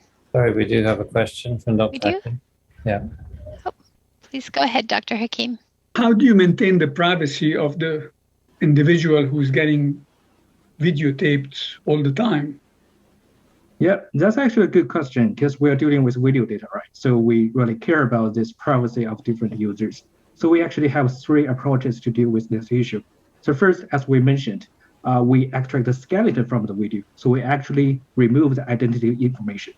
So the second thing is that, well, we try to develop our system on device. So we build that on the edge computational units. So we can process all the videos locally on the device. So we do not need to transmit the video to anywhere. And the third is that our tech team is applying the robust communication and the security protocol to prevent any possible leakage through the information flow. So with all these three methods, we guarantee the privacy is protected for our users. Thank you. Michael, me. Yeah, thank you for the presentation. One question as it relates to sort of your focus or beachhead market is in relation to the number of cameras required. Do you see that as a challenge? I can imagine that seniors living at home, there is a bedroom, a bathroom, like every room will require a camera. And so how do you think about sort of addressing that? Yeah, so first is that definitely if we're going to have a multi-room setting, we're going to need multiple cameras in their house. But we do not actually see that as a challenge because it's a common technology issue like facing by all the products, especially those technical products in the market. So even those with the Apple or Amazon brand, they have to establish the system in different rooms if they are using this technology. And then for our side, we are going to start with the one-room setting when we are doing our early adopter testing to validate our efficiency. And then we're going to expand to the multi-room setting to see if our system can be integrated efficiently. Just for my curiosity, how many care homes in Quebec currently video monitor their residents? Is it common to monitor residents by video in care homes? Yes, so actually in Quebec, it's seniors' right to install audio and video cameras. And a lot of their family members are willing to install the cameras because they want to know more about what exactly happened in the facility. And the Quebec government intended to provide the health and well-being of the residents by allowing them to do so, to install the video surveillance with or without the permission of the care facility. So it's getting more and more common as well. Right. Okay. So Diane's in charge. Are we good? Yeah, I think that terminates our pitch presentations. Excellent presentations, everyone. Thank you so much, and thank you to the judges for these wonderful questions. We are going to move the judges into a private breakout room so that they can talk about what they've seen and choose our two winning teams. And meanwhile, Dr. Freed will introduce our speakers who will share their wisdom with us while we wait. Well, thank you, Diane, and it really has been a pleasure to hear all the exciting presentations, the imagination of our contestants. And I know the judges will have a challenge trying to select the best winners from all of them. In the meantime, while the judges are busy deliberating, we are privileged to have three wonderful speakers address us. And let me introduce our first speaker. J'ai le grand plaisir de vous présenter Madame Carole Jabet, directrice scientifique du Fonds de recherche Québec Santé. Madame Carole Jabet is the scientific director of the Fonds de recherche Québec Santé, where she works to support excellence in health research, recognized worldwide, and which contributes to the well-being of the population.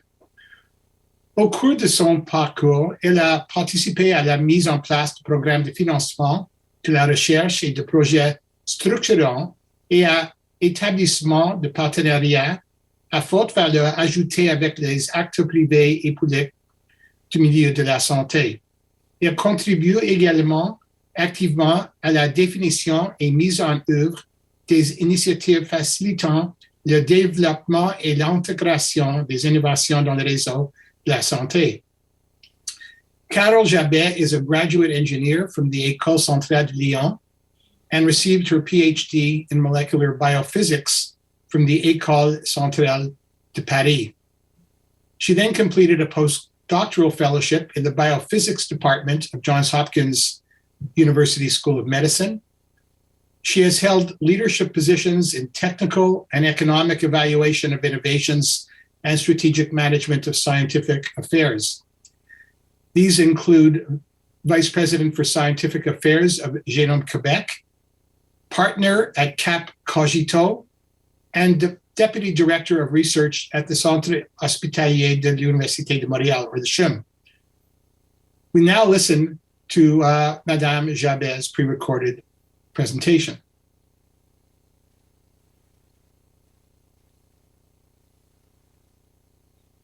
Bonjour à toutes et tous. Merci beaucoup de cette invitation à vous adresser quelques mots. Je suis d'autant plus heureuse de le faire qu'il s'agit d'un événement qui vise à souligner l'excellence de projets, mais aussi et surtout l'excellence de personnes qui sont engagées à apporter des solutions novatrices et originales à des enjeux de santé majeurs. Alors, permettez-moi d'abord de féliciter les finalistes du concours CLIC, mais aussi tous ceux et celles qui ont eu l'audace et l'enthousiasme de proposer un projet. Je suis absolument convaincue que l'exercice de rédaction de propositions en soi est un jalon absolument significatif.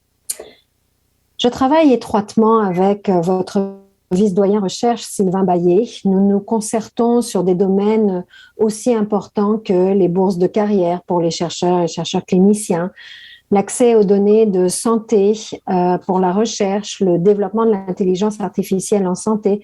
Bref, notre dialogue est complètement régulier. Mais la préparation de cette allocution m'a amenée à consulter d'un peu plus près les orientations de la faculté de médecine et des sciences de la santé de McGill. Avec ce concours CLIC qui piquait ma curiosité, j'ai voulu comprendre comment il s'inscrivait dans le plan stratégique de cette faculté. J'ai donc consulté d'un peu plus près ces orientations.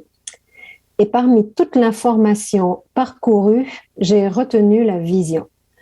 Créer des sociétés plus saines par le truchement de l'éducation, de découverte, de collaboration et de soins cliniques. Je crois que celle-ci rejoint la vision adoptée par le FRQS pour son nouveau plan stratégique 2022-2025, vision qui est de soutenir une recherche qui vibre avec la société et sa diversité, pour une santé durable, ressource essentielle au développement individuel et à la prospérité socio-économique. Bien entendu, le fonds va continuer d'investir dans les talents, les étudiants, les étudiantes, les chercheurs, les chercheuses. On va aussi continuer d'investir dans les regroupements de recherche, les centres, les réseaux, et ce pour appuyer une recherche qui reste axée sur la découverte et l'amélioration des soins et services dans le réseau de la santé, réseau qui, à bien des égards, est très hospitalo-centré. Mais nous souhaitons également apporter notre contribution à une transformation plus profonde des approches de santé, une transformation qui nécessite de regarder non seulement les trajectoires de soins, mais aussi les trajectoires de vie. Nos programmes vont donc ainsi encourager encore plus les équipes intersectorielles, de manière à tenir compte encore plus fortement de l'ensemble des déterminants de santé, incluant les milieux de vie, incluant les transports, incluant l'environnement, etc. Également, plusieurs grands domaines de recherche sont et seront d'intérêt pour nous, car nous pensons qu'ils contribuent à cet agenda de santé durable que je suis en train de vous décrire. Ainsi, promotion, prévention, santé publique de précision, santé publique plus moderne vont faire partie de nos priorités. L'intelligence artificielle et la santé numérique, pour lesquels nous avons fait des investissements massifs ces 2 dernières années, à peu près 20 millions de dollars, continueront également d'être une priorité. Ou encore la médecine de précision, et entendons ici l'analyse massive des données massives. Alors cet agenda, le FRQS, il ne peut pas le réaliser seul.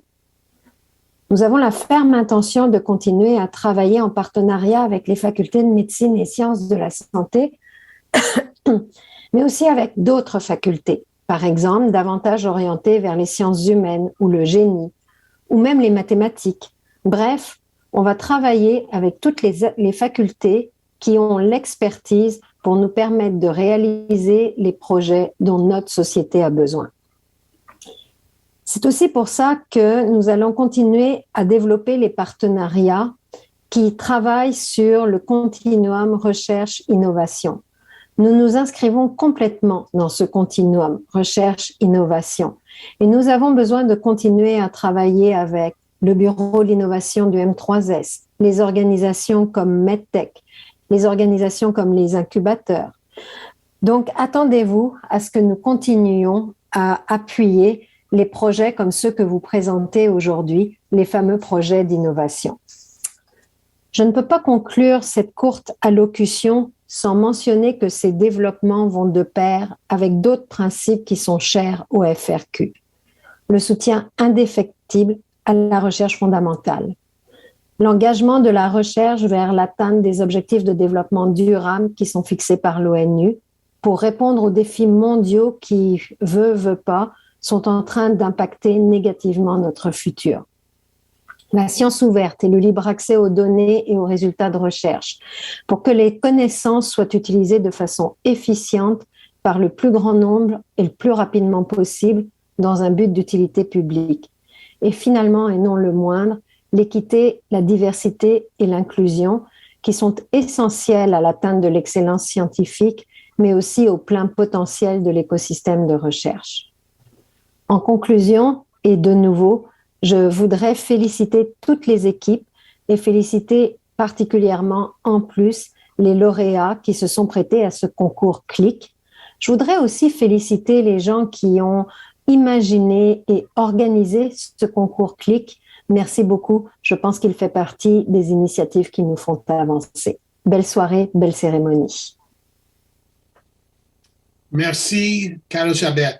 It is really exciting to see leadership of the Quebec government scientific group pay attention to what we're doing today and to the great presentations. The fact that they value this intersection between healthcare professionals, engineers, and business experts to address important and unmet needs that whose solutions will have a real direct impact on our society. At the same time, stimulating the economy, creating high-paying jobs in the knowledge economy. And I think that We're really, really delighted that the FRQS made the presentation today and really got a chance to recognize the great work that was presented. Merci. Our next speaker will be Monsieur Francois Bergeron. He is the Vice President of Partnerships at Medtech, to which Madame Javet alluded in her presentation. Monsieur Bergeron graduated from the University of Sherbrooke in Science, where he received his PhD, and then he went on to earn his MBA from HEC Montreal. He started his career as a researcher, working on the development and validation of a new industrial laser technology for cancer treatment. After his MBA, he immersed himself in entrepreneurship, and he co-founded Tactus Scientific Inc., a startup developing micro and nano manipulation technologies with scientific and medical applications. Francois joined Innovatech and Medtech in 2014 and now serves as the VP for Partnerships at Medtech. In this role, he increases the impact of the consortium for its members through strategic agreements and the implementation of commercialization tools for medtech and health tech companies, including the Medtech Plus investment fund and the Beachhead network of clinical validation sites for industrial innovations in health technology. Now look forward to Mr. Bergeron's talk.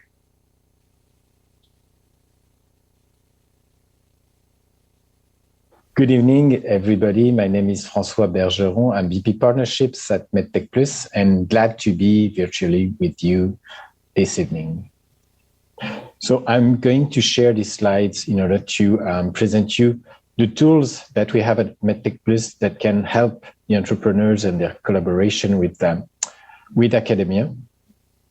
So Medtech Plus is an industry consortium created in 2013, initially funded by the Ministry of Economy and Innovation and also now supported by the federal government. We have 200 members, mostly from industry, 3/4 from industry, a lot of startups, a lot of multinationals, and the core of the membership being SMEs from all across Canada and abroad.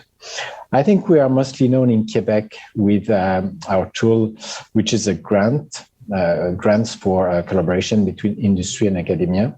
We actually finance more than 100 projects at various stages. Companies come to us because they need to develop the technology, or they need to validate this technology in real care setting, and it's something we can support. So we have a good experience in funding these projects and helping the companies have a fruitful interaction with their academic partners. As said, we are also supported by the federal government since 2017, and with this program that is called CSER, Center of Excellence for Commercialization of Research, we actually developed two new tools, an investment fund. So we are a VC, we like to invest at the time where companies, startups actually need to generate the evidence data, the data that will prove that the company has a working product and that this product should be procured by private or public payers. And we also developed what we call the Medtech Beachhead, which is a network that is helping currently companies to generate the evidence data within a network of university teaching hospitals. And I will give you more details about all this. You can see here a snapshot of our members. So you can see on the left, the industry members. I'm sure you recognize some logos. And on the right, the non-industry partners. Maybe I can just give a detail here about the various expertise we have in the network, because we have companies doing, for example, mobile apps to keep the patient engaged into their therapy, to the more classical themes that you find in the medtech sector, being imaging with a lot of AI or robotic surgery. Just to say that it's very diverse in terms of sizes and expertise. You can see here our portfolio. We have close to 20 companies at the time. Also here, I'm sure you recognize some logos.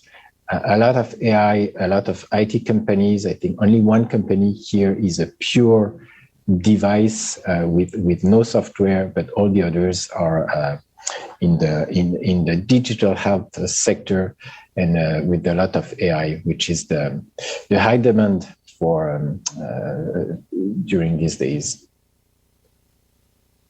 And this slide is to introduce the concept of the beachhead, because this is how companies see the interaction with a hospital or a health system.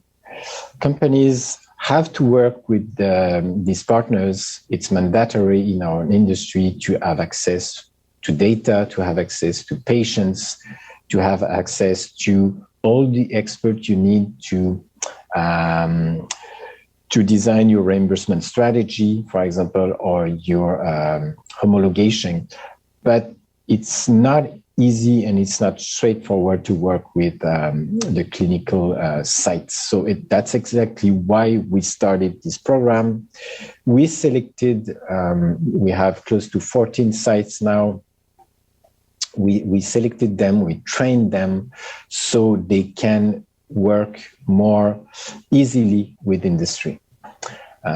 Companies, as you know, need access to clinicians, to data, to technology platforms, to ethical review boards, as most of the technologies now are software. At a certain point, you will have to interoperate your software with the software of the hospital, and these have to be deciphered in advance in order to avoid problems. So for every project and every companies that go into our network of Beachhead, we assemble a team around each company and each project, a team of experts that will help the company navigate the different requirements or hurdles in many of the cases in order to be able to deploy their project accordingly on time and on budget. And in order to generate the evidence data that will help this company sell here in Canada, if it's possible, but most probably in the US or in Europe, which are usually the target markets for our Canadian companies. You can see here the network. We have 7 sites in Quebec, the MUHC being one of them, through the CLIP, and we are super glad to have this interaction with the team of Jake Barrellet. And you can see the other sites also out of Quebec, in Ontario, in Alberta, in BC. And we also have sites out of Quebec, one in France, in Strasbourg, specialized in minimally invasive surgery, in Germany, specialized in digital health, Germany being the biggest market for medtech in general and at the forefront for the reimbursement strategies of digital health. So super interesting for the companies that are in this sector. And we also have a beachhead in Sheba in Israel. It's the largest hospital in Middle East. They have digitalized their data for almost 20 years now. So it's very interesting if you need sets of data that you cannot get here. So the way to enter our beachhead network is through our quarterly calls for proposals. So this is a structured way to enter. You can always contact us between calls, but it's better if you can apply to these calls, and you will be informed about the next one. The next one will be thematic. in the domain of mental health, but stay tuned, you'll receive more info about this. So this is more a tech push from companies. Companies come to us, they raise their hand, they say, I have this innovation, I want to work with these hospitals. So that's technology push by definition. But we also work with market pool. And this is an example of a call for solutions that we emitted recently in a collaboration with Boehringer Ingelheim, which is a pharma company. But the purpose here was not to develop drugs. Of course, that's not our domain. The purpose here was to develop a digital tool to equip patients, to equip first-line physicians, and to equip specialists in a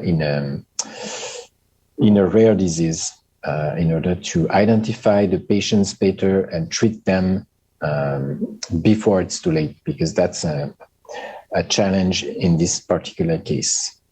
So we started from the care gaps, we diffused them in our networks, and we got 20 applications from companies all across Canada. We selected one, and they are currently working on the platform and deploying this platform when it will be ready. This is to summarize the financial support we can give through our collaborative projects. So I won't go into details, but I invite you to reach out because it's very specific to your situation, your maturity level, and the kind of collaboration you want to have. So this is a summary of our tools. Medtech Impact are the grants we have in Quebec. FSI 3S, it's more a showcase that you can have within the network of the Ministère de la Santé et des Services Sociaux. Medtech Invest is our VC tool. Medtech Beachhead is our network of hospitals. And Medtech Acceleration Innovation is our coaching program, because a lot of companies like yours usually are sometimes too young in order to get in the other streams. And we are glad to help you mature through this acceleration tool. So you can see we cover the whole spectrum from ID to market. That's the goal. And we constantly develop new tools that you heard of regularly, like the IoT call that we had last year. And you will see other supporting tools coming very soon. So thank you for your attention. I invite you to contact me, contact the team in order to get more support and to get answers. And we'll always be glad to welcome you and to guide you. Thank you and have a great evening. Bye-bye. Well, thank you, Mr. Bergeron. And it really has been a pleasure working with you and Medtech over the past few years, and to see the way you've supported innovation in Canada, particularly in Quebec. Our third speaker is Monsieur Jean-Gabriel Lacombe. He's the co-founder and CEO at Neura Medical. Along with colleagues Georgia Powell and Sophia Adab, the Neura Medical team won 2 prizes at the 2021 McGill CLIC, the Bearskin and Parr Innovation Prize, and the second Marika Zelenka Roy Innovation Prize. I'm also proud to claim that they're products of our Surgical Innovation Graduate Studies program. At that point, they took a very modest student award, less than $300 in fact, and built a prototype. It is inspiring to see how a little support can go a really long way. And also how students can be great innovators. With mentorship and the appropriate environment and facilities, their ideas can turn out to be true lifesavers. They developed the IV Assistant, a semi-automated medical device to prevent medication errors that will positively impact children receiving care across various clinical settings. Monsieur Lacombe holds a Bachelor of Mechanical Engineering and a Master of Science in Experimental Surgery with a concentration in Surgical Innovation from McGill. Prior to co-founding Neura, he worked in the aerospace sector and was involved in various medical or biomedical research projects, ranging from the fabrication of minimally invasive cameras for thoracic surgery to the development of novel tissue engineering approaches. More recently, he's worked as a management consultant at the Boston Consulting Group, where he advises businesses on a variety of strategic initiatives. Jean-Gabriel is the recipient of a CIHR graduate scholarship and of the Cools Gagnon Thoracic Surgery Award for his work developing novel surgical tools. We look forward to hearing from Mr. Lacombe today.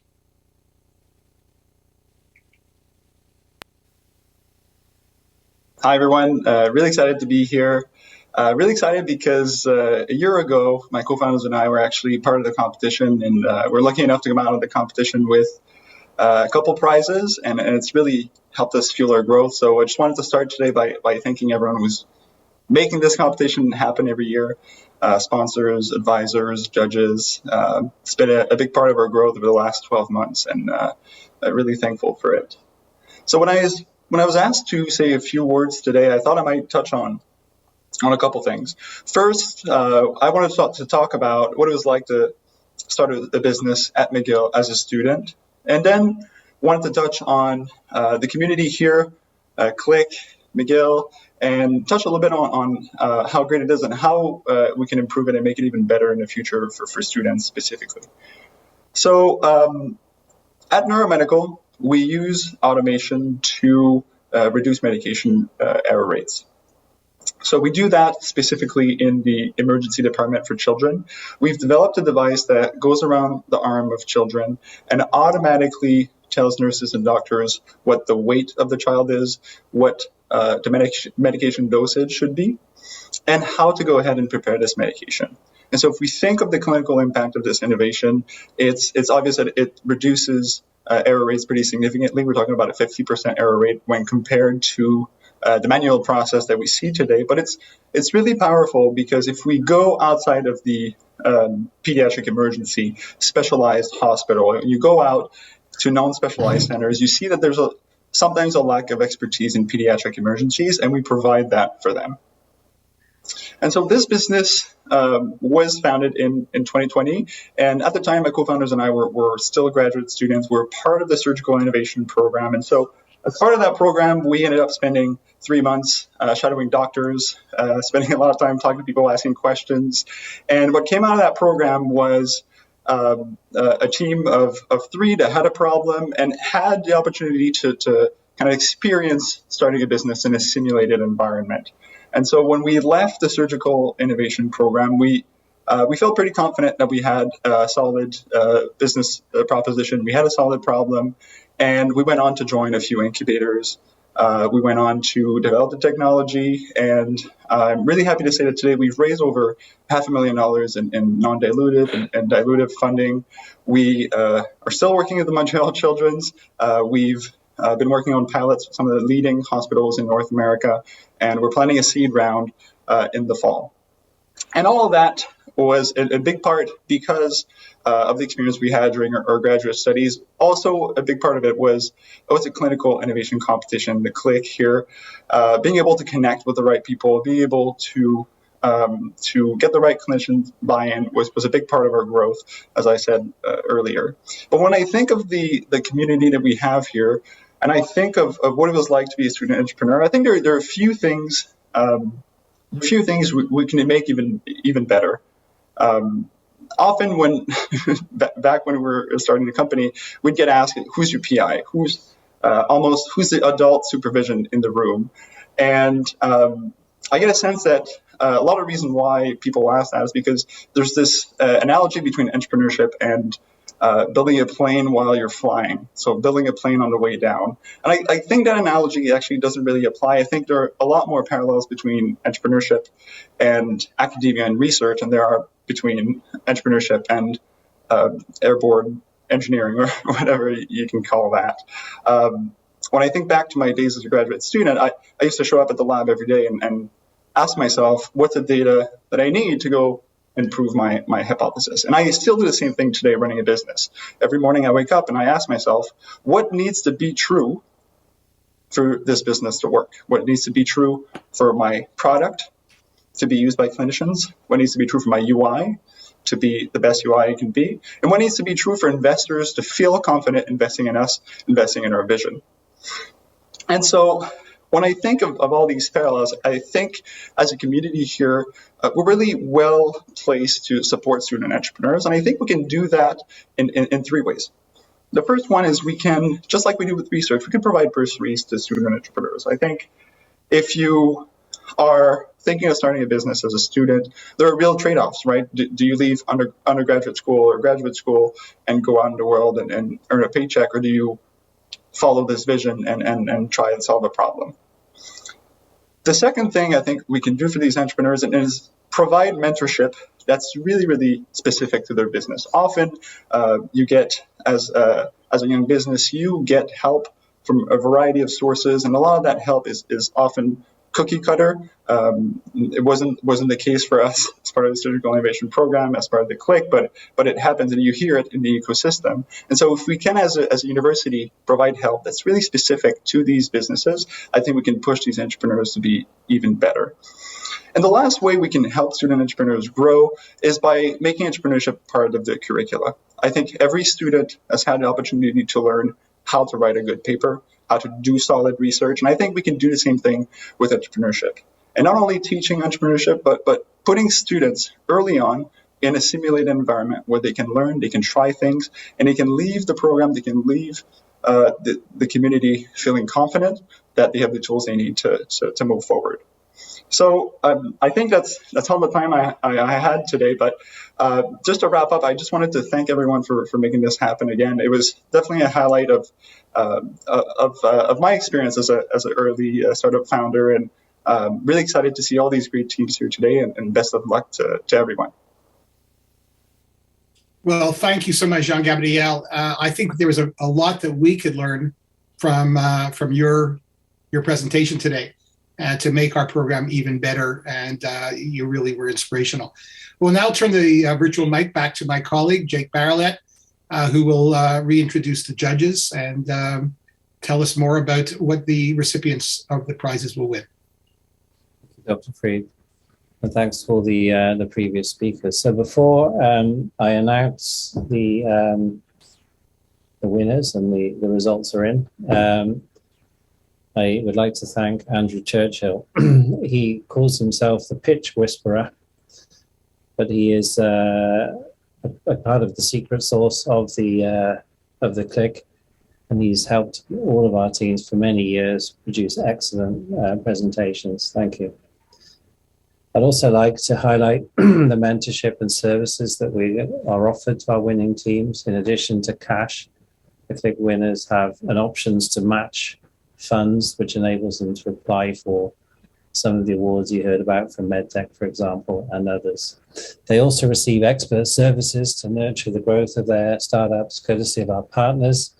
This includes a physical space in McGill's first incubator, the McGill Clinical Innovation Platform, an opportunity to participate in the Desertels Dobson Health Sciences Lean Startup Program, strategy and product development support from medical design experts Novo, and the winner of the Hakim Prize will win a startup package from our partners Faskin. So let's hear from the judges. It's my great pleasure to introduce to you Nadine Afari, who is our head judge, who will say a few words about the judging process and what she's been doing while you've been relaxing for the past few minutes listening to the talks.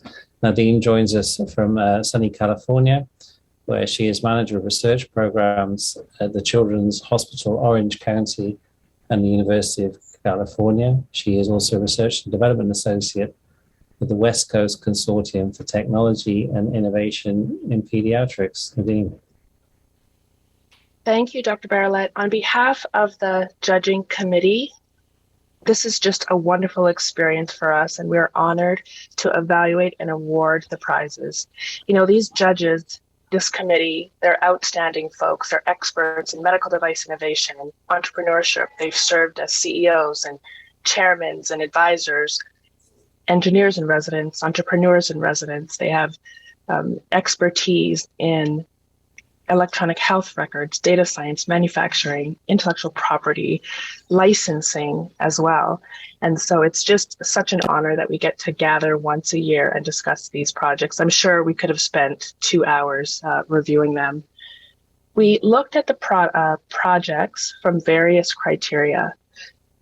Scientific feasibility, how well has the team demonstrated that the science indicates the vision is possible? Does the team understand the clinical need, and do they have the ability to put it in focus and execute? The engineering feasibility, the technical and engineering analysis. Can this team, this device, this medical innovation advance past the phase of a concept? You know, we also looked at the founding team, the presentation, the communication, and delivery. Is this the right team to move this project forward? Have they organized their next few milestones? And do they have the tenacious entrepreneurial spirit and the time to be able to do it? And clinical impact, the impact on the individual patient, the patient population. Will their solution move the needle, and by how much? Will it improve and increase patient health and wellness? Does the team understand the patient journey and user experience? And most importantly, to a few of the investors in the judging group is, what is the business model? It's a startup that can be, the business model can be repeated over time. Can they scale? Can they fundraise? Can they get folks like FIVE to write them a check and turn their team, their concept from a startup into a business? We are so honored to be here. Good luck to all the teams. And thank you so much to Dean Edelman, Dr. Hakim, Marika, Selena Roy, Dr. Barrelette, and Diane for organizing us and inviting us to participate. That's a pleasure, and thanks to you and all of the judges for your hard work. I would like now to begin the awarding of the Marika Zelenka Roy Innovation Prize, offered in partnership with the Montreal General Hospital Foundation. And the winner is AFX Medical. Congratulations. Thank you. Thank you very much. Thank you very Maybe much. maybe you'd like to say a few words. Yeah, I mean, I really appreciated participating to this competition. I appreciate also the openness of the competition to work with private companies who are part McGill, part outside. I think that's an important part of successful business development, that there's a part within the university, but you can partner with outside organizations. So we're really proud to get this, and yeah, very happy about it. Jeremy, do you want to say a few words? Yeah, it's an honor to be working with the McGill ecosystem in general. And I mean, it takes a village to raise a child the same way it takes an ecosystem to build a successful company. And the focus on making it from an idea to actually having impact on patient is a long and difficult journey. And that's what we're totally focused on, to actually make it to the end goal. Well, congratulations. Thank you. Again, and we look forward to hearing great news from you all. And now we will be awarding the final prize of this evening, the Hakim Family Innovation Prize. And the winner is SeeSpine. Congratulations. Wow, that's so exciting. I'm really honored and privileged to accept this this prize. I want to acknowledge Evan Diamondberg. He's a medical student that came and did an elective with me and has been the power and the energy behind this exciting project that I truly believe will change the way that we follow and treat patients. So on behalf of all my patients, I also thank the judges, particularly Dr. Fried and Dr. Barrelette, to put this CLIC competition on. And obviously, a huge thank to the Hakim family. So it's great honor and privilege. So Also, just to acknowledge my co-competitors. It's always humbling to attend these meetings, and you realize that there is a tremendous amount of bright people at McGill. So hats off to all of you that have made it this far. So I encourage you to continue all your endeavors. So thank you very much. It's been a great evening. Maybe Evan, do you want to say anything? Or? Yeah, I just want to say thank you, and just everything, Dr. Leck covered it, but thank you all very much. That's great. Thank you so much. Again, great stuff. Very excited. So I'd like to thank the audience there in YouTube land for spending your early evening with us. I hope you've agree with us that the teams this year have been fantastic. I'd like to congratulate all of the finalists for making it this far. Wish the winners good luck. Thank the judges and the supporters of the program, and wish everyone a lovely evening. And thank you again, Diane, for putting on the best show in McGill. Thanks, Jake. Thank you, everybody.